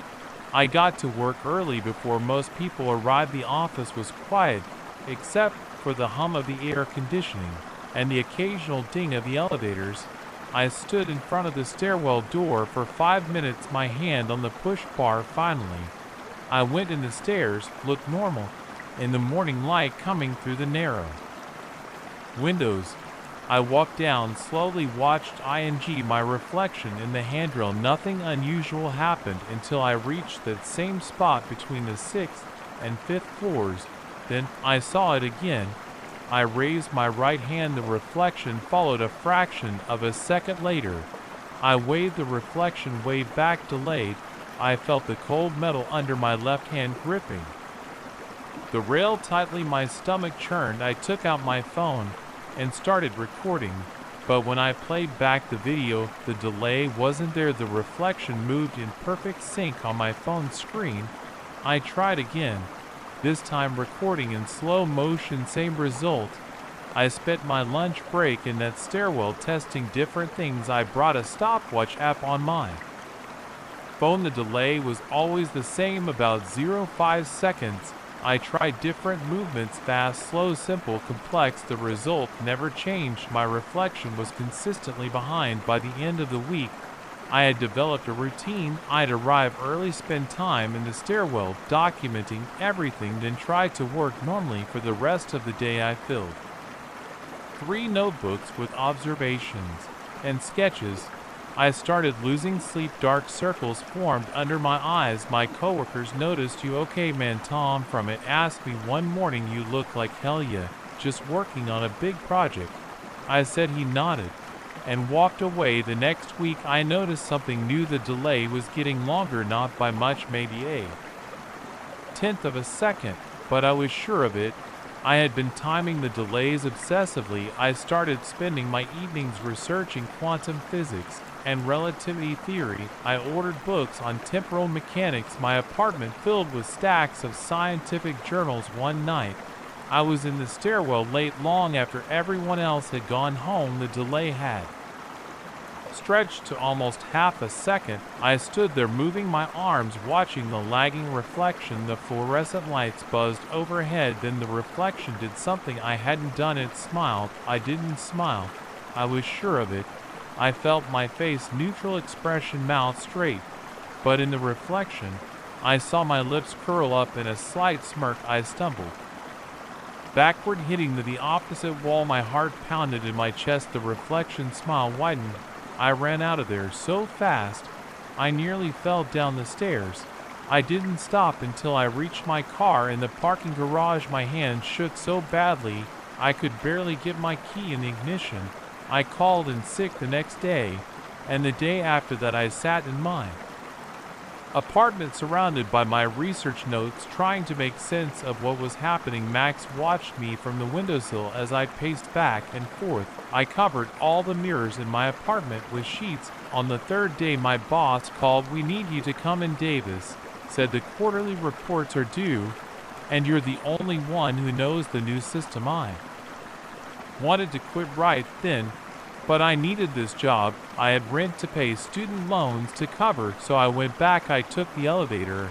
I used the main stairwell when I had to. I avoided anything reflective: windows, computer screens, the glass walls of the conference rooms. I kept my eyes down in the bathroom, washing my hands as quickly as possible. But I couldn't stop thinking about that other reflection. What was it doing in that stairwell? Was the delay still growing? Was it still smiling after 2 weeks of avoiding it? I had to know. I waited until everyone left for the day. The office was dark except for the emergency exit signs. I stood in front of that stairwell door, my heart hammering in my chest. Then I went in. The delay was now nearly 2 seconds. I raised my hand. I waited. The reflection raised its hand. I lowered mine, waited. The reflection followed, but this time, before lowering its hand completely, it waved at me, a small, deliberate wave. I felt the blood drain from my face. The reflection was still smiling, that same slight smirk. I watched as it lifted its hand again. While mine stayed firmly at my side, it pointed at me, then it pointed down. I looked down at my feet. Nothing seemed unusual. When I looked back up, the reflection had changed position. It was standing slightly turned, as if getting ready to walk away from me. But I hadn't moved. My phone slipped from my sweaty hand and clattered on the metal steps. The sound echoed through the stairwell in the handrail. The reflection turned its head to look at me over its shoulder. The smile was gone. Its expression was cold, calculating. I grabbed my phone and backed away, keeping my eyes on the reflection. It stayed where it was watching me. When I reached the door, I yanked it open and ran through the dark office to the elevator. I jabbed the button repeatedly until the doors opened. I didn't go back to work after that. I sent Davis an email saying I had a family emergency and needed to take some time off. He wasn't happy, but I had enough vacation days saved up. I spent the next few days in my apartment with the blinds closed. I ordered delivery food and avoided looking at the delivery person's face when they came to the door. I kept thinking about that expression on the reflection's face, that cold, predatory look. Max started acting strange. He would sit and stare at the covered mirrors for hours, his tail twitching. Sometimes he would hiss at them for no reason. I started sleeping with my bedroom door locked. After a week, Davis called again. "Either you come back to work tomorrow, or we'll have to let you go," he said. "I'm sorry, but we can't keep covering for you." I sat on my couch for a long time after that call, staring at the sheet-covered mirror on my wall. I needed a job, but the thought of going back to that stairwell made me feel sick. In the end, I decided to go back one last time. I had to understand what was happening. I had to confront it. I arrived at the office at midnight. The security guard gave me a strange look, but let me in. When I showed my ID, the building was completely empty. My footsteps echoed in the dark hallways. I took the elevator to the 8th floor. My plan was to start at the top and work my way down, checking the reflection at each level. I had my phone ready to record everything. The stairwell door creaked. When I opened it, the emergency lights cast a dim red glow over everything. I walked to the railing and looked at my reflection. The delay was now nearly 10 seconds. I watched as my movements played out long after I made them. Then the reflection stopped following me completely. It stood there staring at it, reached out, and placed its hand against its side of the rail. I felt compelled to do the same. The metal was ice cold under my palm. The reflection's smile returned wider than before. Then it spoke. I couldn't hear anything, but I saw its lips move. It was saying something over and over. I leaned closer, trying to read its lips switch. I tried to pull my hand away from the rail, but I couldn't move. My whole arm felt numb. The coldness from the metal was spreading up through my shoulder, across my chest. The reflection kept smiling, kept mouthing that word, switch, switch, switch. The numbness reached my legs. I tried to scream, but no sound came out. The reflection was becoming more solid, more real, while I felt myself becoming less so. My vision started to blur. The last thing I saw clearly was my reflection stepping away from the rail. But it wasn't a reflection anymore. It was solid, real, three-dimensional. It looked down at its hands, my hair. Then it walked to the stairwell door, opened it, and stepped through. The door closed with a heavy thud that echoed through the stairwell. I'm still here. I can see everything that happens in the stairwell. Sometimes people walk past, and I try to get their attention, but all they see is their own reflection moving just a fraction of a second too slow. I see it sometimes going up and down the stairs like nothing happened. Living my life, working at my desk, driving my car, living in my apartment, feeding my cat. It's good at pretending to be me. No one has noticed anything wrong. But sometimes, when it passes through this stairwell, it looks at me and smiles that cold smile. And I wonder how many other reflections in this building are reflections at all. How many other people are trapped in mirrors and windows and polished metal surfaces, watching their lives being lived by something else. If you're reading this, do me a favor. Next time you see your reflection, watch it carefully. Watch how it moves. And if you notice even the slightest delay, run as fast as you can, because once you notice it, it notices you too. And it's always looking for a chance to switch. The first drop hit my hard hat at 2:47 p.m.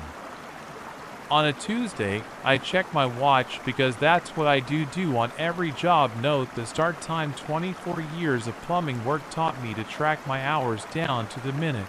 But this job at the Marlowe building would turn out different from any other call I'd taken before. I stood in the third floor bathroom, water dripping from a crack in the ceiling that shouldn't have been there. The building manager, Mrs. Chin, had called about a leak. Simple enough, but something felt off from the moment I walked in. The air felt thick, like before a thunderstorm, and there was this sound. At first, I thought it was just the old pipes, but it wasn't. It was higher pitched, a buzz. The tenants on the fourth floor complained about water damage yesterday, Mrs. Chin said, pointing up at the wet ceiling. Her short gray hair was pulled back tight, and she kept adjusting her glasses.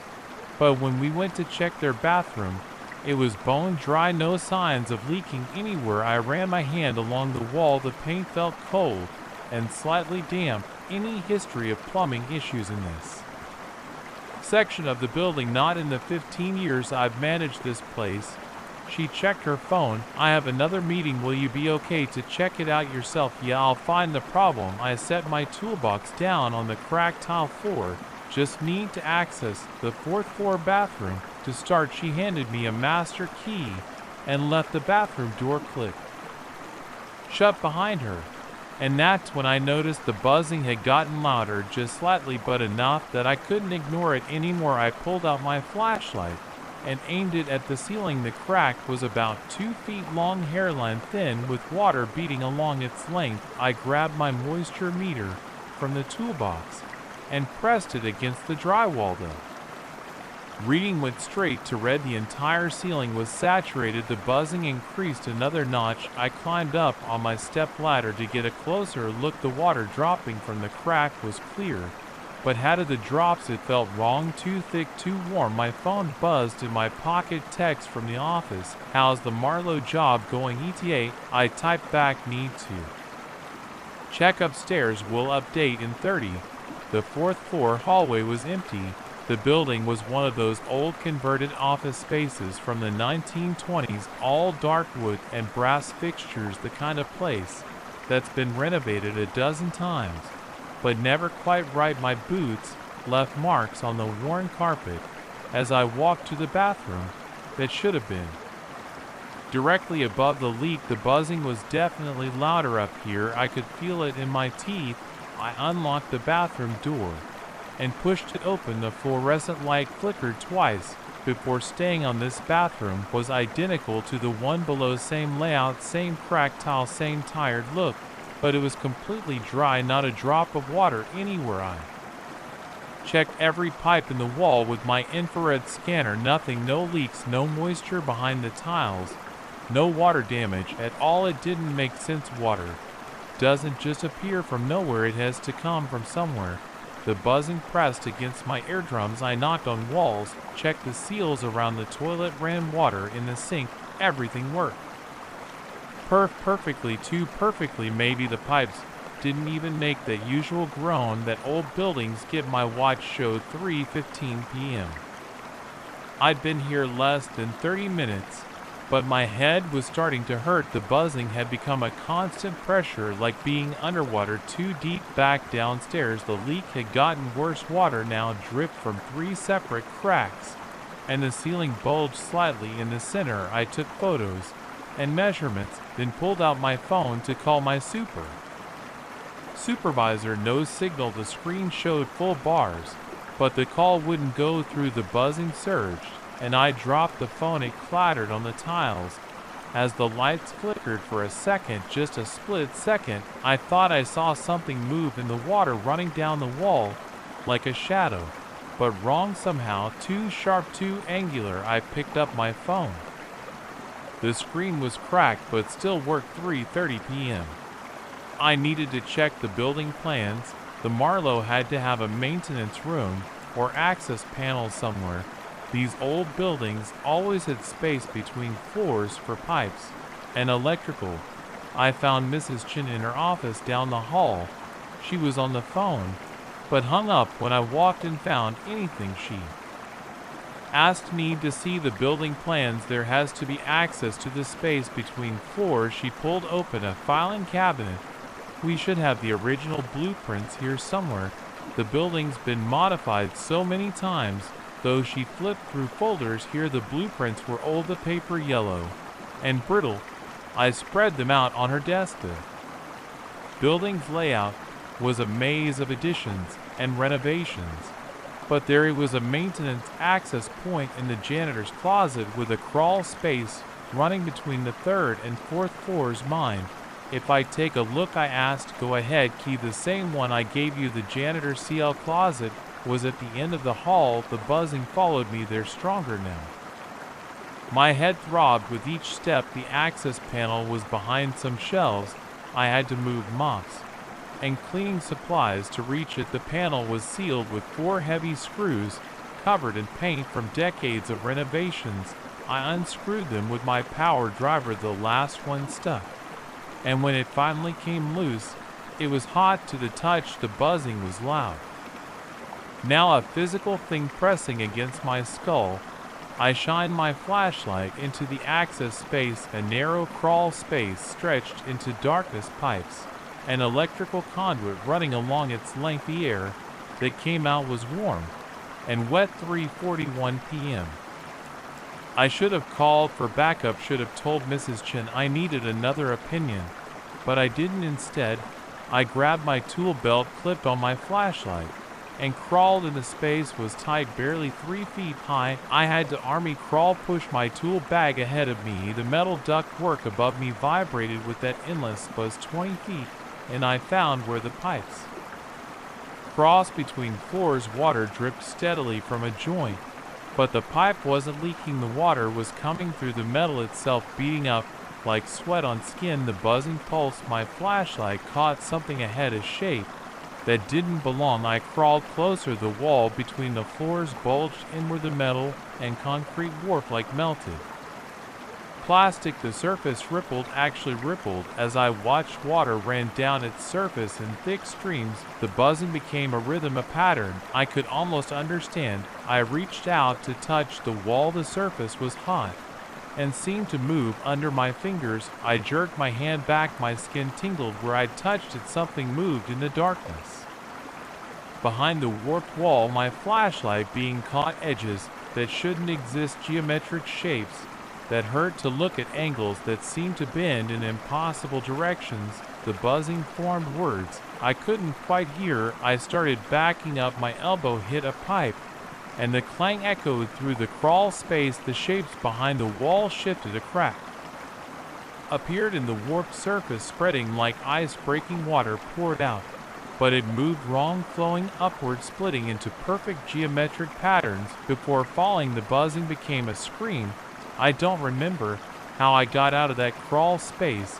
I remember my flashlight dying. Remember the sound of metal tearing. Remember the cold touch of that impossible water on my neck. As I scrambled backward, I slammed the access panel shut and drove the screws back in with my bare hands. My tools were still in there. Let them stay there. Mrs. Chen found me sitting on the floor of the janitor's closet, soaking wet and shaking. Mr. Harrison, are you all right? Did you find the leak?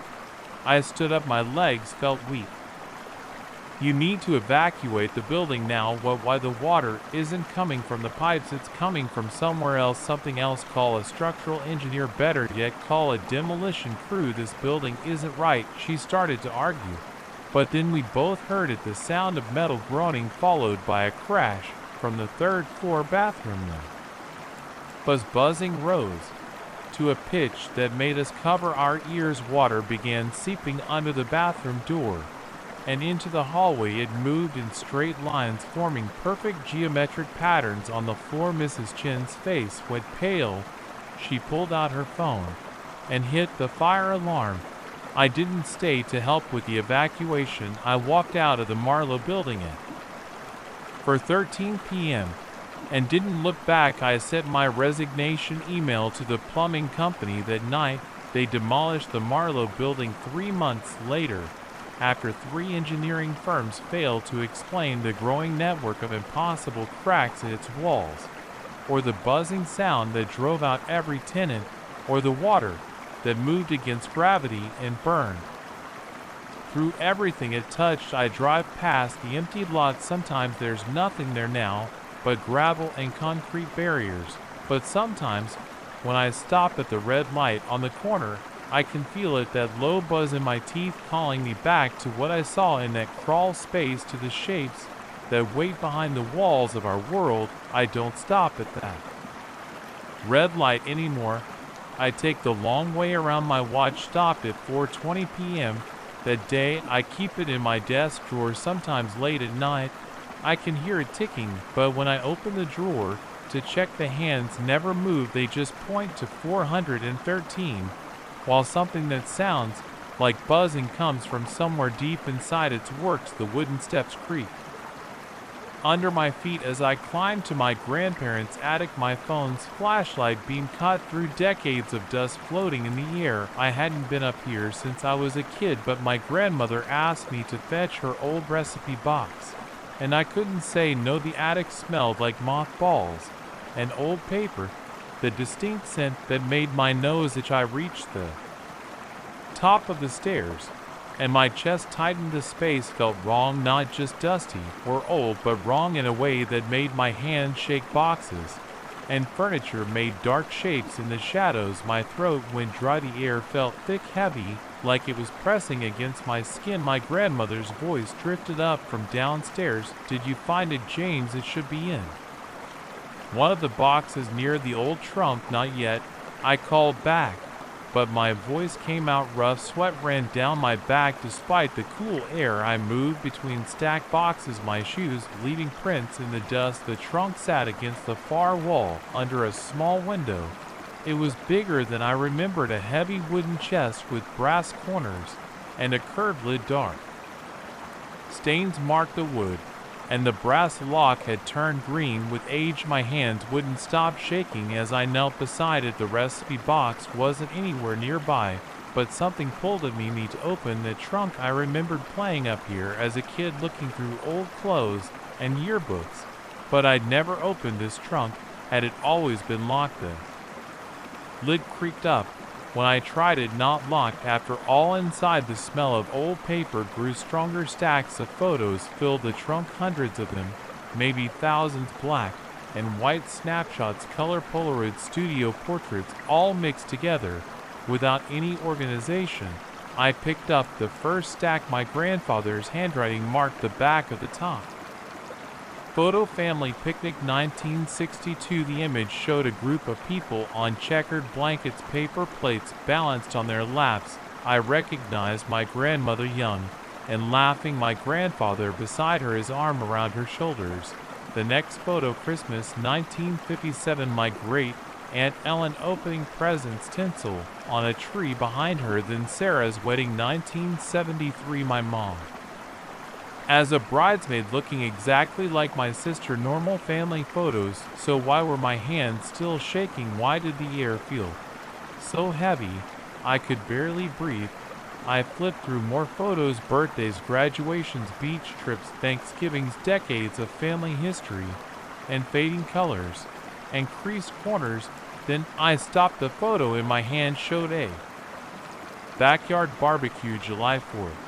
1969, written on the back. About 15 people stood around a grill, paper plates and cups in their hands.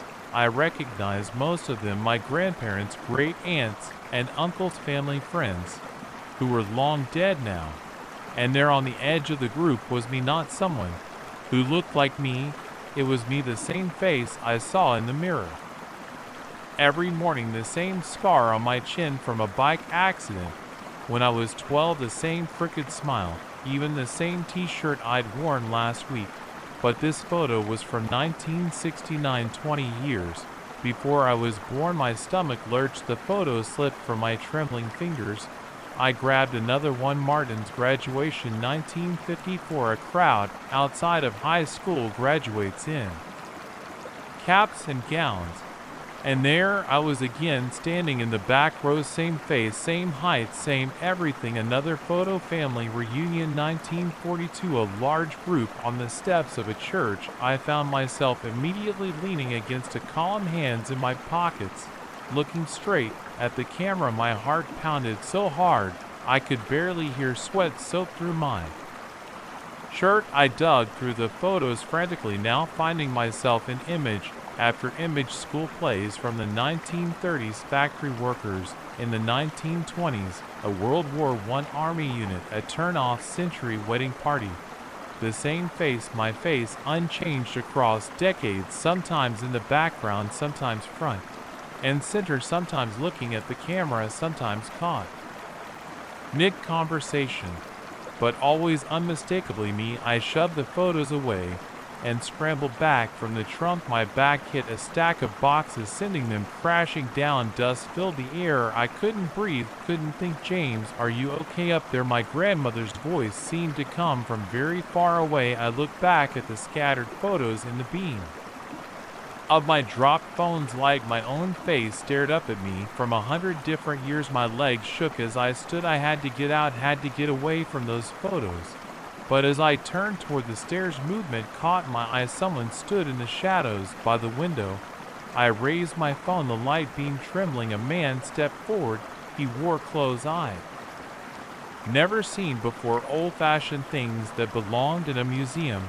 But his face, my face, he smiled, the same crooked smile I saw in my mirror every morning. I've been waiting a long time to meet you, he said. I slammed into the attic door and practically fell down the stairs. My grandmother stood at the bottom looking worried. James, what's wrong? You look like you've seen a ghost. I pushed past her and out of the house. I didn't stop running until I reached my car. My hand shook so badly I could barely get the key in the ignition. As I pulled away, I looked up at the attic window. A face watched me go. My face. I drove straight home and locked every door and window, but I couldn't escape the questions that filled my mind. Who was that man? How could he have my face? How could I be in those photos decades before I was born? I didn't sleep that night or the next. Every time I closed my eyes, I saw those photos, saw my own face looking back at me across a century of family history. After 3 days, my grandmother called. "James, are you all right? You left in such a hurry the other day." "I'm fine," I lied. My voice sounded rough from lack of sleep. "Just wasn't feeling well, I hope you're better now.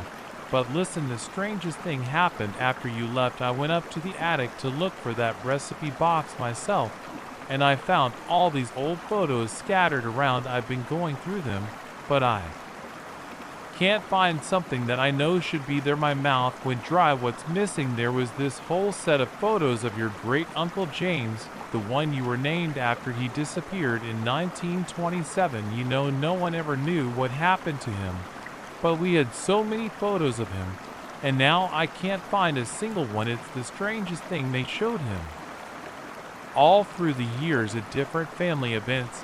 He looked so much like you, dear. Everyone always said you were his spitting image." The phone slipped from my numb fingers. I could hear my grandmother calling my name, but her voice seemed to come from very far away, or perhaps from very long ago. I went to my bedroom mirror. The face that looked back at me was the same one I'd seen in those photos, the same one that had smiled at me in the attic. Uncle James's face, my face. But was it really my face, or had it been his all along? The next day, I went back to my grandparents' house. I had to know, had to understand. The attic door stood open. When I arrived, dusk mows danced in the afternoon light streaming through the window. The trunk sat where I'd left it, lid still raised. I approached it slowly, my feet leaving fresh prints in the dust beside the old ones. The photos were stacked neatly, now my grandmother's doing. Probably my hands trembled as I reached for them, but before I could touch them, I heard footsteps on the stairs behind me, heavy steps. Familiar steps. I turned. He sentry wearing my face, or maybe I was wearing his. "I've been waiting 97 years to pass it on," he said. I tried to run, but my legs wouldn't move. The air grew thick. Heavy darkness crept in at the edges of my vision. The last thing I saw was my own face smiling at me. As the world faded away, when I woke up, everything was different. The attic was the same, but the light was wrong, the dust was wrong, the smell was wrong. I stood up slowly. My clothes felt strange. Heavy wool, stiff collar, the kind of suit men wore in old photographs. On the floor where I'd been lying was a phone. My phone. Beside it lay a small stack of photos. I picked them up with trembling hands. The top one showed a family picnic, July 4th, 2023, written on the back in my grandmother's shaky handwriting. In the photo, I stood at the edge of the group wearing the t-shirt I'd had on when I first came to the attic. But that wasn't me anymore. That was someone else, someone who wouldn't exist for almost a century. I tucked the photos into my pocket, my new pocket, in my new clothes and my new time. Then I walked down the attic stairs, each step creaking in a familiar way that was somehow completely different. A woman I didn't recognize looked up from the kitchen table. "There you are, James. The first was just about to call you down for dinner."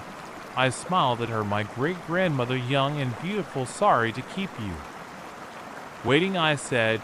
She didn't seem to notice anything strange about me, about my clothes, about the year. I sat down at the table in a kitchen that looked both foreign and familiar. The woman who would one day be my great-grandmother served soup in bowls I recognized from my grandmother's china cabinet. And somewhere 97 years in the future, a man with my face was waking up in my life, getting ready to live the decades that would lead him to that attic, to that trunk full of impossible photos. I wondered if he was as scared as I had been, if he understood what had happened any better than I did, but mostly I wondered about the man who had worn this face before me, the one who had passed it to Uncle James. And the one before him, how far back did it go? How many men had lived these years waiting for their turn to pass on the face, the life, the curse? I would find out, I supposed. I had 97 years to look through those photos, 97 years to understand, 97 years until I could finally pass it on again. The soup grew cold in front of me as I sat there, a man out of time wearing a face that had never truly been mine. Outside the window, automobiles that belonged in museums drove past. A radio played music that wouldn't be oldies for another century, and upstairs in a trunk that was newer than I remembered but older than it should be, photos, weighted photos of faces, my face, our face, the face that would keep living these years over and over until when I didn't know, but I had 97 years to figure it out. I picked up my spoon and began to eat my soup. It tasted exactly like my grandmother's recipe, the recipe she'd sent me to find in the attic on the day I stopped being myself. I wasn't drunk. That's the first thing everyone asks when I tell this story. I had one beer at dinner 4 hours earlier. I know what I saw that night in the parking garage. The security cameras didn't catch it, but something was there I've replaced in my head 1,000 times since then, and I still can't explain it. It was 11:42 p.m. when I left the office. I remember checking my phone as I locked up, cursing myself for staying so late again. The parking garage under our building is huge, 5 levels underground with space for hundreds of cars at that hour. It was nearly empty. My footsteps echoed off the concrete walls as I walked to level B3, where I always park. The fluorescent lights buzzed overhead, creating alternating patches of harsh light and shadow between the support columns. My car, a gray Honda Civic, was parked in spot B327 near the back corner. I picked that spot that morning because it was close to the elevator. Funny how small decisions like that can end up mattering so much. I was about 21 feet from my car when the first cold draft hit my neck. The garage ventilation system kicks on and off automatically, so I didn't think much of it. I just pulled my jacket tighter and kept walking, my dress shoes clicking against the concrete. The draft got stronger as I approached my car. That's when I noticed the temperature had dropped significantly. I could see my breath forming little clouds in front of my face. In September in Texas, that's not normal. My hand tightened around my keys. I hit the unlock button. When I was about 10 feet away, the car's lights flashed and the beep echoed through the garage. That's when I saw it, a shadow moving behind my car, not cast on the wall, but like a dark shape sliding across the ground. It was about the size of a person, but it moved wrong, too fluid, too fast. My body froze. The keys dug into my palm. As I squeezed them harder, the shadow disappeared behind my car's trunk, then reappeared on the other side, stretching longer. As it moved, there was no light source that could have created it. No one else was around to cast it. Hello, my voice came out stronger than I expected. It bounced off the walls, coming back to me in echoes. Is someone there? No response, just the constant hum of the fluorescent lights and the faint rumble of the ventilation system. I took out my phone and turned on the flashlight. The beam cut through the darkness, creating new shadows behind every column. I swept it across the area behind my car. Nothing, just empty parking spots and concrete walls. My hands were shaking now, making the flashlight beam dance erratically. I forced myself to breathe slowly, trying to calm down. There had to be a logical explanation. Maybe headlights from a car on another level, or shadows from the ventilation fan, something normal. I walked around my car, keeping the flashlight trained on the ground. The concrete was dry and empty, no oil stains, no trash, nothing that could explain what I'd seen. The cold spot was still there, following me. As I moved, the smart thing would have been to go back upstairs, call security, wait for someone to escort me to my car, but I was already here, and my car was right in front of me. It seemed ridiculous to run away from a shadow. I reached for the driver's door handle. The metal was ice cold against my fingers. As I pulled the door open, I saw the shadow again.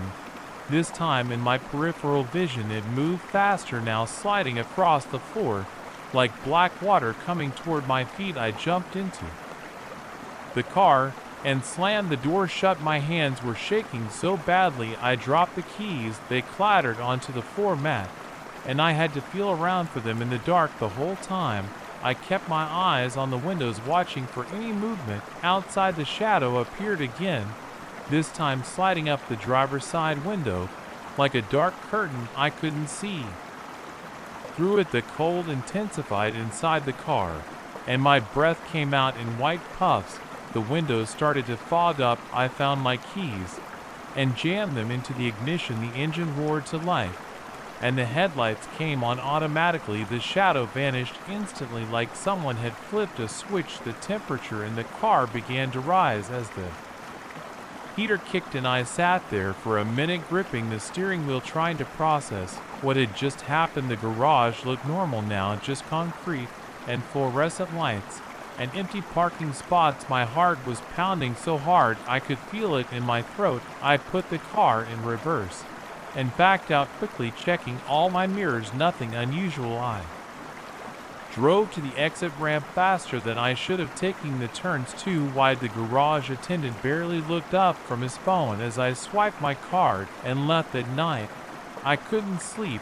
I kept seeing that shadow moving in my mind, replaying every detail. I convinced myself I must have imagined it. Stress, exhaustion, and an overactive imagination. That had to be the explanation. The next morning, I went to the building security office. The night guard, Ron, was just finishing his shift. I knew him from all the late nights I worked. He was a retired cop who always had stories about his days on the force. Hey Ron, can you check the security footage from B3 last night around 11:45? He didn't ask why. That's one thing I always liked about Ron. He didn't waste time with unnecessary questions.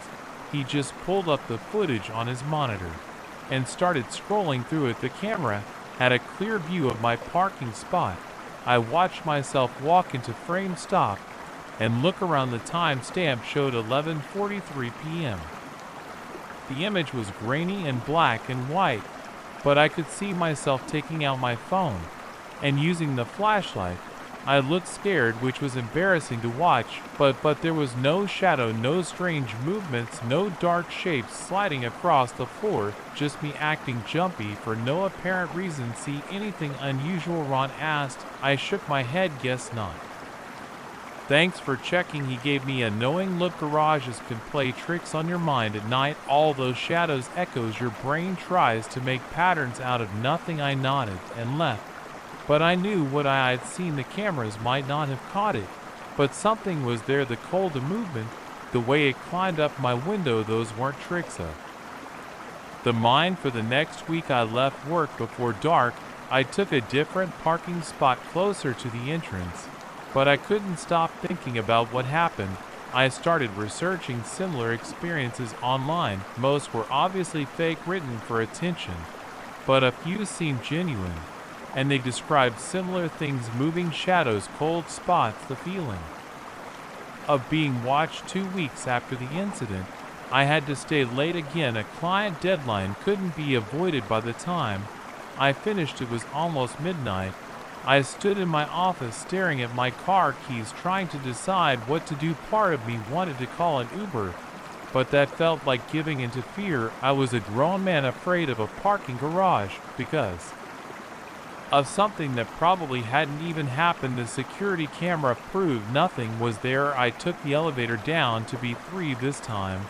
I had my phone ready to record video if something happened again.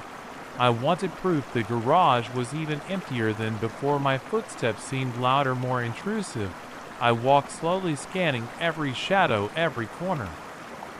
The phone screen cast a blue glow on the concrete. I reached my car without incident. No cold spots, no moving shadows. I almost felt disappointed. Then I played back the video on my phone just to be sure. That's when I saw it in the recording. A dark shape moved behind me as I walked, staying just out of my peripheral vision every time I turned my head.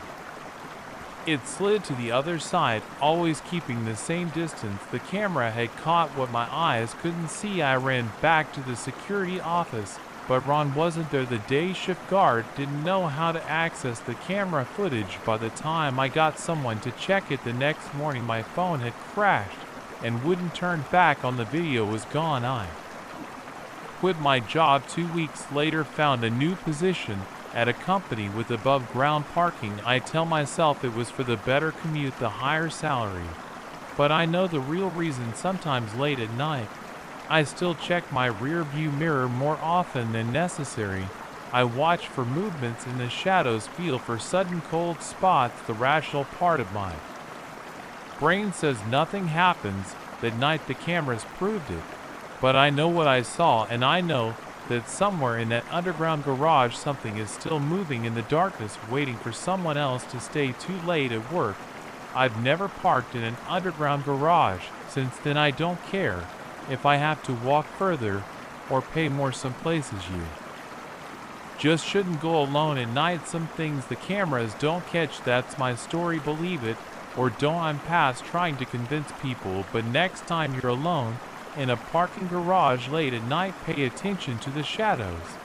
And if you feel a cold draft on your neck, don't look behind you, just walk faster, get in your car and drive away, because sometimes the rational explanation isn't the right one. Sometimes the cameras miss things our eyes can see, and sometimes the shadows move on their own. My back ached as I lifted another heavy box from Tom and Sarah's moving truck. The summer heat made sweat drip down my face. Just 2 more hours of this, and I could go home, take a shower, and crash on my couch. That was the plan anyway. Hey Mike, can you help with this dresser? Tom called from inside the truck. I sat down the box and climbed back in. The dresser was one of those solid wood monsters from the 1950s that weighed about as much as a small car. We shuffled sideways through their new house's narrow hallway, my fingers going numb from gripping the edges. The floorboards creaked under our feet. Tom and Sarah had bought this old Victorian place for a steal, probably because it needed so much work. Paint peeled from the walls,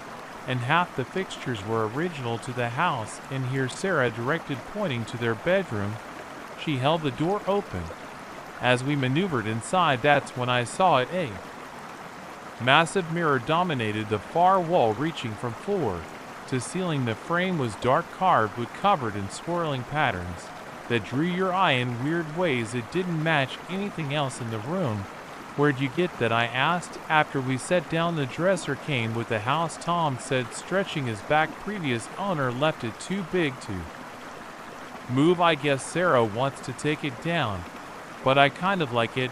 I walked closer to get a better look. The mirror surface had that slightly warped quality of old glass, making my reflection waver slightly.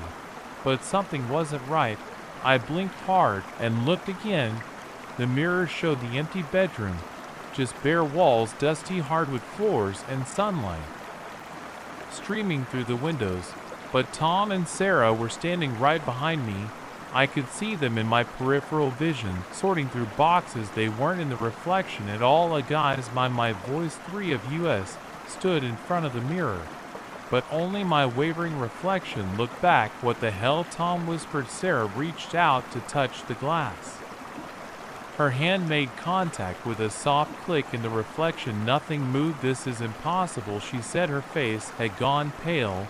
I reached toward the mirror too. The surface felt ice cold under my fingertips. A sharp tingling sensation shot up my arm, and I jerked back. Did you feel that? I asked. They both nodded. We stood there staring at the mirror, none of us speaking. The room felt colder suddenly. Maybe it's just a weird trick of the light, Tom suggested, but his voice shook slightly. Or something wrong with the glass? Yeah, maybe. I couldn't take my eyes off my lone reflection. It didn't look quite right anymore, slightly off in ways I couldn't pinpoint. The angles of my face seemed wrong. The movements weren't quite in sync. We should finish bringing in the boxes, Sarah said finally. She turned away from the mirror quickly, like she couldn't stand to look at it anymore. We went back to moving furniture, but the mood had changed. The mirror loomed behind us as we worked. I kept glancing at it, trying to catch it showing something different, but every time It just showed the empty room around sunset. We finished bringing everything inside. Tom ordered pizza, and we sat on boxes in the kitchen eating and trying to pretend everything was normal. But we all kept looking toward the bedroom. I can stay and help you take it down, I offered. We could do it tonight. Sarah nodded immediately. Please, I don't want to sleep with that thing in there. Tom looked relieved too. I'll get some tools. We approached the mirror cautiously, armed with screwdrivers and a pry bar. The carved wooden frame seemed to be attached to the wall with heavy iron brackets. I reached up to start removing the first bracket. The second went out. Sarah screamed. Complete darkness pressed in around us, even the street out. I've got my phone. A weak light is illuminated our faces. As he turned on his phone's flashlight, the beam caught the mirror's surface and reflected back. Wrong, too bright, too sharp. I squinted against the glare. That's when I saw it in the mirror. A figure stood behind my reflection, tall and thin, with limbs too long for its body. Its face was blank, smooth skin where features should be. I spun around. Nothing was there. But when I looked back at the mirror, the figure remained. It raised one elongated hand and pressed it against the glass. The mirror's surface rippled like water. A high-pitched whine filled the air, making my teeth ache. The figure's hand pushed through fingers, emerging into the door. Tom was right behind us. We sprinted down the stairs and out of the house. The street was completely dark. No lights in any windows, no cars, no moon, just absolute blackness beyond the weak beam of Tom's phone. What was that? Sarah's whole body shook as she clung to Tom. We need to get out of here, I said. Get in the car. We'll go to my place. We piled into Tom's sedan. The engine sputtered but wouldn't turn over. No, no, no, Tom muttered, trying again. Nothing. I looked back at the house. Light blazed from the bedroom window. Not normal electric light, but a sickly greenish glow that pulsed and wavered. We have to run for it, I said. There's a gas station about half a mile down Mason Street. We can call for help from there. We got out of the car. The silence pressed in around us. No crickets, no distant traffic, no wind in the trees, just the sound of our breathing and footsteps on the pavement. Tom's phone light flickered and died. He shook it frantically. Battery was almost full. We huddled closer together in the darkness. I felt something cold brush against the back of my neck. When I spun around, my hand passed through empty air. Something touched me. Sarah whimpered. Keep moving, I urged. We're almost there. We stumbled forward in the dark, holding on to each other. Every few steps, I felt that cold touch again, on my arm, my back, my face, like icy fingers trailing across my skin. The gas station's lights appeared ahead, a beacon in the darkness. We broke into a run. 20 feet from the store. Sarah screamed. I turned to see her being yanked backward by something I couldn't quite focus on, like a heat shimmer in the air, but darker and wrong. Tom and I grabbed her arms and pulled. She came free with a sound like tearing fabric. We crashed through the gas station doors. The fluorescent lights hurt my eyes. After the darkness, the clerk stared at us as we stood there gasping. You folks okay? He asked before we could answer. The lights flickered in the security mirror mounted in the corner. I saw them, dozens of those elongated figures pressing against the glass, reaching through. We need to go, I shouted now, but it was too late. The lights went out in the total darkness. I felt cold hands grab my shoulders and pull. I fought and crashed, but their grip was impossibly strong. They dragged me backward towards something that felt like glass, but moved like water. The last thing I heard was Sarah screaming my name. Then I was through the mirror. I floated in a vast darkness, no up or down, no light or sound, just endless nothing in all directions. Occasionally, I caught glimpses of movement in the void, those twisted figures drifting past like deep-sea creatures. Time meant nothing there. I might have floated for minutes or years. I couldn't feel my body anymore. My thoughts grew sluggish and strange. Then suddenly, light, real light. I slammed back into my body with crushing force. I was lying on a hardwood floor, gasping for air. I sat up slowly, head spinning. I was in Tom and Sarah's bedroom. Sunlight streamed through the windows. The mirror stood on the far wall looking completely ordinary. My phone said it was 7:13 a.m. Less than 12 hours had passed. I staggered to my feet and ran downstairs. Tom and Sarah were unconscious on the living room floor. I shook them awake. We drove to my apartment in complete silence. None of us knew what to say. What could you say after something like that? Later that day, Tom called a contractor to remove the mirror. They found an empty wall. Behind it, no trace of how it had been mounted. The mirror itself shattered. When they tried to take it down, the pieces showed only normal reflections. Tom and Sarah sold the house a month later. They moved into a small apartment with no mirrors larger than a medicine cabinet.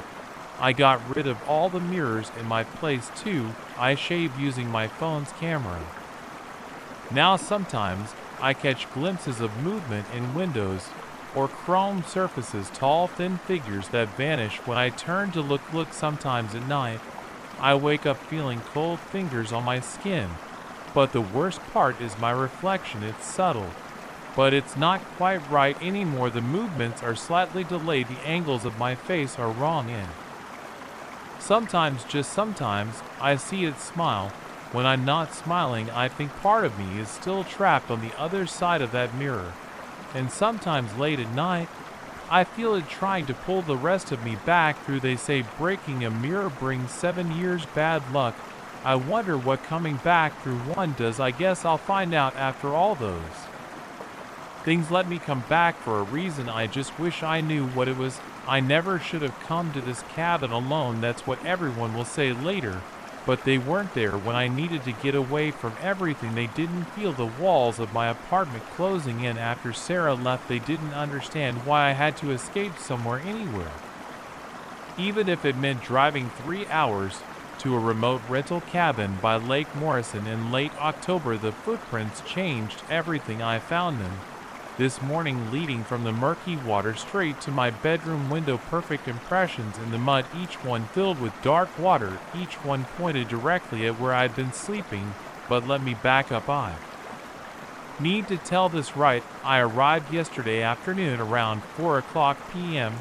The rental company had emailed me the door code and basic instructions. The cabin was exactly what the website showed, a small one-bedroom structure with wood siding painted a faded blue, sitting about 50 feet from the lake's edge, a narrow gravel path LED from the small parking area to the front door. Dead leaves covered everything. The first thing I did was check all the doors and windows. It's a habit from living in the city. The front and back doors had good dead bolts. All 4 windows, 1 in the bedroom, 1 in the bathroom, and 2 in the main living area, had strong locks that clicked firmly into place.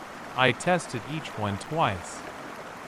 The inside was basic but clean. Small kitchen with a microwave and mini fridge. Living room with an old couch and TV. Bedroom with a queen bed and thick curtains. Bathroom with a shower stall. Everything smelled like pine cleaner. I unpacked quickly, just a duffel bag with clothes and toiletries, plus groceries for the weekend. The forecast showed rain, so I brought books and my laptop for entertainment.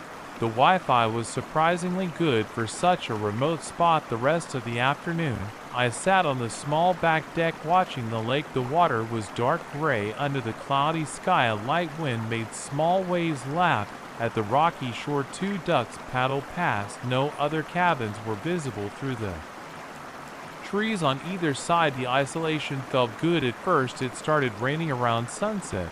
I went inside, made a sandwich, and tried to read. The rain got heavier. Fat drops hammered but they felt louder with no other noise to cover them. I checked all the locks again before bed. Everything secure.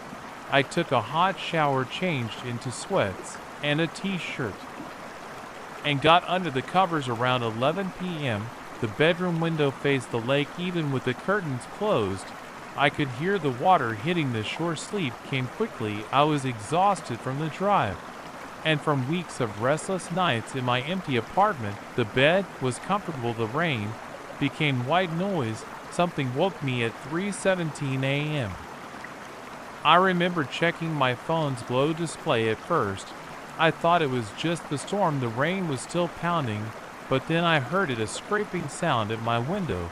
Like fingernails on glass, I lay perfectly still, hardly breathing. The sound came again. Scratch, scratch, pause, scratch. Just a tree branch, I whispered to myself, but I knew there weren't any trees close enough to reach the window. The scratching stopped. I heard something else, a wet slapping sound on the wooden deck outside, like bare feet on wet boards. Then silence. I didn't move. For what felt like hours, my whole body was rigid. Eventually, I must have fallen asleep again, because the next thing I knew, gray morning light was filtering through the curtains. I got up slowly, muscles stiff from tension. The rain had stopped. The room was cold. I went to the window and pulled back the curtain. That's when I saw them, the footprints. They started at the water's edge, clear impressions in the mud where someone had walked out of the lake, bare human feet, adult size. They crossed the wet grass in a straight line to my window. The last print was a perfect stamp in the mud of the flower bed directly below the glass. I stared at them for a long time, trying to make them make sense. They weren't there yesterday. They couldn't be there. All the doors and windows were locked. I checked them 3 times. I ran through the cabin, checking every lock. Again, all secure. No signs of forced entry, no wet footprints inside, just those tracks outside leading from the dark water to where I'd slept. My hand shook as I made coffee. I needed to think clearly. The footprints were roughly my size, maybe a bit larger. They were deep. Whoever made them was heavy. They showed toes, arches, heels, every detail perfect in the mud. I took photos with my phone. Then I walked down to the lake's edge, following the prints backward. The mud was soft and wet. My boots sank and the tracks went right into the water, getting deeper until they disappeared under the surface about 6 feet out. The lake was calm now. Small waves lapped at the shore. The water was too dark and murky to see anything below the surface. Dead leaves floated past. A fish jumped somewhere further out. I walked the shoreline in both directions, looking for more prints coming out of the water. Nothing, just the one set leading straight to my window. Back inside, I called the rental company. The bored-sounding woman who answered said no one else had access to the cabin during my stay. When I mentioned the footprints, she suggested local kids playing pranks. The nearest cabin is 2 miles away, she said, but sometimes teenagers come out in boats and around. Nothing to worry about. Want me to send someone to check it out? I said no. I didn't want to seem paranoid, but I kept thinking, who would wade into a freezing lake at night just to scratch at a window? And where did they go? The only prints were the ones leading to the cabin, none leading away. I spent the morning pacing, checking locks, looking out windows. Around noon it started raining again. Within an hour the footprints had mostly washed away. That should have made me feel better. Instead it made my skin crawl. The only evidence was disappearing. I tried to distract myself. I turned on the TV, but couldn't focus on anything. I tried to read, but kept looking up at every sound. The rain continued all afternoon. As the day got darker, my nerves got worse. Every splash from the lake made me jump. Every creak of the cabin settling made my heart race. I turned on every light in the place. I called Sarah. She didn't answer. I called my brother Mike. Just come home, he said. After I explained it's probably nothing, but why risk it? Pack up and drive back. He was right. But the thought of driving 3 hours in the dark and rain wasn't appealing, and something else kept me there, a need to know what had happened, who had made those prints, why my window. I decided to stay one more night. I pushed the bedroom dresser in front of the window. I propped a chair under both doorknobs. I found a heavy flashlight that could double as a weapon. The rain stopped around midnight. I lay in bed, fully dressed, flashlight in hand, listening to the water drip from the roof. The moon came out, casting weak light through the curtains around the edges of the dresser at 3:14 a.m. I heard it, That wet slapping sound on the deck, slap, slap, slap, pause. My whole body went rigid. The footsteps moved slowly across the wooden boards. Water dripped between the steps. They stopped outside my window. I heard breathing slow and wet like someone who had been underwater for a long time. The scratching started fingernails on glass longer and harder than the night before. The dresser scraped slightly against the floor. I aimed the flashlight at the window, thumb on the switch. The scratching stopped. Something pressed against the glass. A hand. I could see the dark shape through the curtain. Water ran down the window. The glass cracked. I hit the flashlight. Switch light flooded the room through the gap between the curtain and wall. I saw pale fingers pressing against the window. The nails were long and dark. Another crack spread across the glass. I scrambled out of bed, grabbed my phone and car keys, and ran through the living room, fumbling with the front door locked behind me. Glass shattered. I made it to my car, hands shaking so bad I could barely hit the unlock button. As I slammed the door, I looked back at the cabin. A figure stood in the broken window, tall and thin, pale skin that looked wrong in the moonlight, long dark hair plastered to its face and neck. Water poured off it, running down the wall. It moved fast, fast, faster than anything should move. 1 second in the window, the next crossing the yard toward my car. I started the engine and floored it. Gravel sprayed as I reversed onto the access road. In my headlights, I saw it clearly for a split second. A woman's face, but wrong. Too wide, too pale eyes, too dark mouth, too full of teeth. Then I was on the main road, driving way too fast on wet pavement, hands clenched on the steering wheel. I didn't slow down until I hit the highway. I called the police once. I had cell service. They took a report, but didn't sound convinced. They said they'd check it out in the morning. I drove straight to Mike's house. He let me in without questions. When he saw my face, I slept on his couch with all the lights on. The police called the next day. They'd found the broken window, wet footprints in the bedroom, but no sign of anyone. They blamed vandals. The rental company apologized and refunded my money. They mentioned men. The cabin had been empty since the last renters drowned in the lake 3 months ago. A young couple. The woman's body was never found. I dream about it sometimes. That pale face in my headlights, those dark eyes, that wrong smile. But what haunts me most are the footprints leading from the deep water straight to where I slept, like something knew exactly where I was, like it had been watching me from under the dark surface all along. I don't go near lakes anymore. I keep my windows locked even in summer, and sometimes late at night. When it's raining, I swear I hear wet footsteps on my fire escape. Slap, slap, slap, then scratching at my window. The first knock came at 3:17 a.m.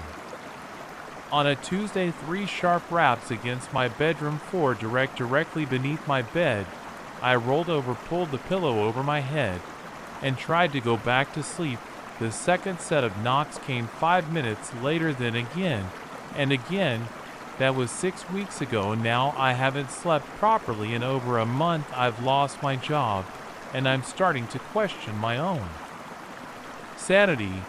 But I need to write this down to document exactly what happened, even if no one ever believes me. I've lived in the Parkview Apartments on 47th Street for 3 years. It's nothing special, a converted office building from the 1970s, 12 floors of identical one-bedroom units with thin walls and temperamental heating.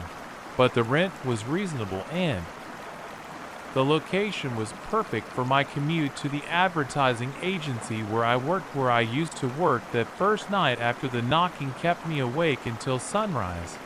I went down to the management office. As soon as it opened, Mrs. Chen, the building manager, was at her desk doing a crossword puzzle. When I walked in, someone in 5111 kept me up all night with constant knocking.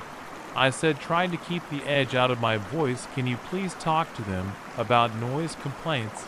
Mrs. Chen looked up from her puzzle, frowning. 511, the unit has been empty since December. Previous tenant moved out, suddenly left owing 2 months' rent. I stood there for a moment processing this. That's impossible. I heard knocking coming from directly below my apartment all night long. You want to see for yourself. She pulled a ring of keys from her desk drawer.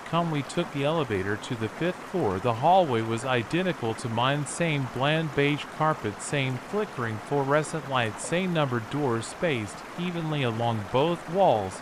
Mrs. Chen stopped at 511 and unlocked the door.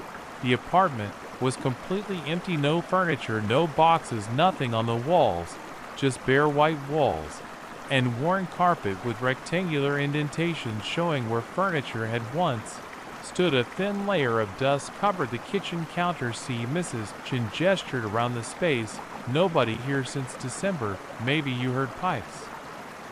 Building is old, makes funny noises sometimes. I walked through each room, looking for any sign of recent occupancy. The bedroom was directly under mine. I could tell from the layout, which mirrored my own apartment, nothing but dust and silence. I guess it must have been the pipes, I said finally, though I knew what I'd heard wasn't pipes. The knocks had been too deliberate, too rhythmic. But what else could I say? That night the knocking started again at exactly 3:17 a.m. 3 sharp raps directly beneath my bed. I lay there, heart pounding, waiting for the next set. 5 minutes later, right on schedule, 3 more knocks. I got out of bed and pressed my ear to the floor. The knocks were coming from immediately below, from the empty apartment. I grabbed my phone and started recording, determined to document the sound. But when I played back the recording, there was nothing but silence. The next morning, I filed another complaint with Mrs. Chen. She called maintenance, who spent an hour checking the pipes and ventilation system. They found nothing unusual. The third night, I decided to wait in the hallway outside unit 511. I brought a folding chair from my apartment and set up directly in front of the door. At 3 a.m. my plan was simple: catch whoever was somehow getting into the apartment to make the noise at 3:17 a.m. I heard it, 3 clear knocks, but they weren't coming from inside the apartment. They were coming from above me, from my own unit.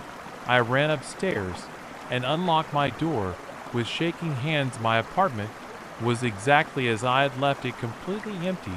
I started keeping a log after that, documenting every incident. Night 4, knocking from below again. Tried recording with professional audio equipment borrowed from work. Nothing shows up on recordings. Night 5, knocked back, 3 sharp raps against my floor.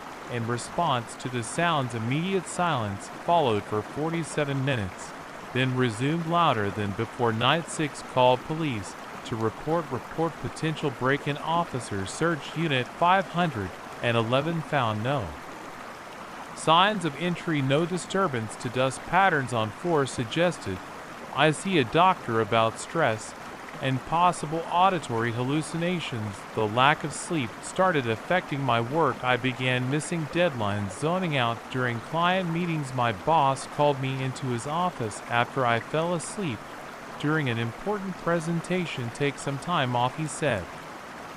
Get some rest, come back when you're feeling more yourself. But I couldn't rest. The knocking continued every night, always starting at exactly 3:17 a.m. I tried sleeping pills, white noise machines, earplugs. Nothing helped. I could feel the vibrations through my mattress, through my bones. After 2 weeks, I stopped going to work entirely, stopped answering calls from my boss, my friends, my family. I became obsessed with solving the mystery. I set up cameras in my apartment and in the hallway outside 511. I installed motion sensors and infrared detectors. I covered the floor of my bedroom with a layer of fine flour, hoping to document footprints or disturbances. Nothing. The knocking continued, but none of my equipment detected anything unusual. The flour remained undisturbed. The camera showed empty rooms and silent hallways. I started spending my days researching the building's history, looking for any deaths or accidents. that might explain the phenomenon. The structure had originally been offices for an insurance company before being converted to apartments in the early 1980s. No records of deaths during construction, no mysterious disappearances, nothing that would explain what was happening for weeks. And I noticed the pattern changing. The knocking still started at 3:17 a.m., but now it would sometimes continue until noon the next day. The intervals between knocks grew shorter. The sound itself became harder, more insistent. I stopped sleeping in my bedroom, trying to camp out in the living room instead, but I could still hear it, still feel it. The sound seemed to follow me through the apartment, always seemingly coming from directly beneath wherever I tried to rest. I started seeing things in my peripheral vision, dark shapes moving just out of sight. But when I turned to look, nothing was there. Sleep deprivation. I told myself just sleep deprivation playing tricks on my mind. Last week I broke into Unit 511. I'm not proud of it, but I was desperate. I waited until Mrs. Chen left for the day, then used a credit card to jimmy the lock, a trick I had learned from YouTube videos during one of my sleepless research binges. The apartment was exactly as it had been before, empty, dusty, silent. I sat in the middle of the bedroom floor directly beneath where my bed would be in my apartment above, and I waited. Hours passed. The sun set. The room grew dark at exactly 3:17 a.m. I heard it, 3 sharp knocks, but they weren't coming from below me anymore. They were coming from above, from my apartment. I ran upstairs, burst into my unit, empty, silent. I ran back down to 511. As soon as I opened the door, 3 knocks sounded from my apartment. Again, this continued for hours, the sound always coming from whichever apartment I wasn't in at the moment. That's when I noticed something else, something that made my blood run cold. The dust patterns on the floor of 511. I had disturbed them. When I entered, left clear footprints and marks where I had sat, but now looking more closely in the beam of my flashlight, I saw other marks in the dust, hundreds of them, footprints overlapping. Footprints creating complex patterns across the floor. Some appeared to be my size and shape, others were different, smaller, larger, distorted, and they were all fresh. The dust was disturbed in real time, new prints appearing even as I watched, spreading out from where I stood like ripples in a pond. But I was standing completely still. I fled the building that night, packed a bag, and checked into a motel across town. But even here, I can hear it, 3 sharp knocks every night at 3:17 a.m. coming from the room below mine. I've checked, there is no room below mine. I'm on the first floor. Yesterday, I received an eviction notice from Mrs. Chen. Apparently, other tenants have been complaining about noise coming from my apartment, loud knocking sounds at all hours of the day and night. According to them, it's been going on for months, even during the weeks I haven't been there. I'm writing this now from the motel room. It's 3:16 a.m. 1 minute until the knocking starts again, but this time something is different. This time I can see marks appearing in the carpet, subtle indentations like footprints moving slowly across the floor toward my bed. The carpet fibers are being pressed down by something I cannot see, something that leaves no shadow. And for the first time in 6 weeks, I think I understand what's been happening. The knocking wasn't coming from the apartment below or above or anywhere else in the physical world. The knocking was coming from somewhere else entirely, somewhere that operates on different rules than our reality. And whatever was knocking, I think it finally found a way, and the indentations in the carpet are getting closer now. 3 feet from my bed, 2 feet, 1 T. It's 3:17 a.m. I hear knocking, but this time it's not coming from below, it's coming from inside this room. I first noticed him 4 weeks ago. It was around 2 a.m. at Joey's all-night diner, where I'd been eating my late dinners after my night shift at the hospital. He sat in the last booth, pressed against the wall, wearing a brown tweed jacket and a red tie that looked like it came from the 1970s. His posture was perfect, rigid, with both hands flat on the table. At first, I didn't think much of it. Lots of strange people come to 24-hour diners in the middle of the night. I'm one of them. But then I noticed he was there the next night, and the next, always in the same booth, wearing the exact same clothes in the exact same position. I work as an ER nurse, and my shift ends at 1:30 a.m. The diner is just 2 blocks from the hospital, and it's become my routine to stop there before heading home. The food isn't great, but it's hot, and after dealing with emergencies for 12 hours straight, I need something familiar and steady. That third night, I watched him more carefully. He never moved, never ordered food, never drank water, just sat there, hands flat on the table, staring straight ahead. The waitresses walked past him like he wasn't even there. Hey Mary, the first call to the waitress who usually served me. She was in her 50s with graying hair and comfortable shoes that squeaked against the linoleum floor. What's the deal with the guy in the back booth? Mary looked where I pointed, then back at me with a confused expression. Which guy, honey? The one in the brown jacket. Been here every night this week. She turned again, squinting. I don't see anyone back there. Jake, you want more coffee? I looked at the booth. The man sat there clear as day, his red tie a bright splash of color against the beige wall. You're telling me you don't see him right there? Mary's face changed. Her usual friendly smile disappeared. Don't, she said. Just don't. She walked away, leaving my coffee cup empty. I pulled out my phone and tried to take a picture. The screen showed an empty booth. I took another, same result. My hands started to sweat. The next night, I chose a different booth, one with a direct view of him. My fork shook slightly as I ate my meatloaf. The man's face was unremarkable. Middle-aged, clean-shaven, with neat brown hair combed to the side. His eyes looked straight ahead, never blinking. I started taking notes on my phone. Every night, he appeared at exactly 2:13 a.m. Before that, the booth was empty. I never saw him enter. He was just suddenly there, like someone had switched on a projection. One night, I decided to sit in the booth right next to his. My heart pounded as I slid into the seat this close. I could see every detail of his clothing. The tweed jacket had a small tear on the left elbow. The red tie had a faint stain near the bottom. His hands were pale with neatly trimmed fingernails. He didn't smell like anything. No cologne, no body odor, nothing. The air around him felt colder. But maybe that was just my imagination. Can you hear me?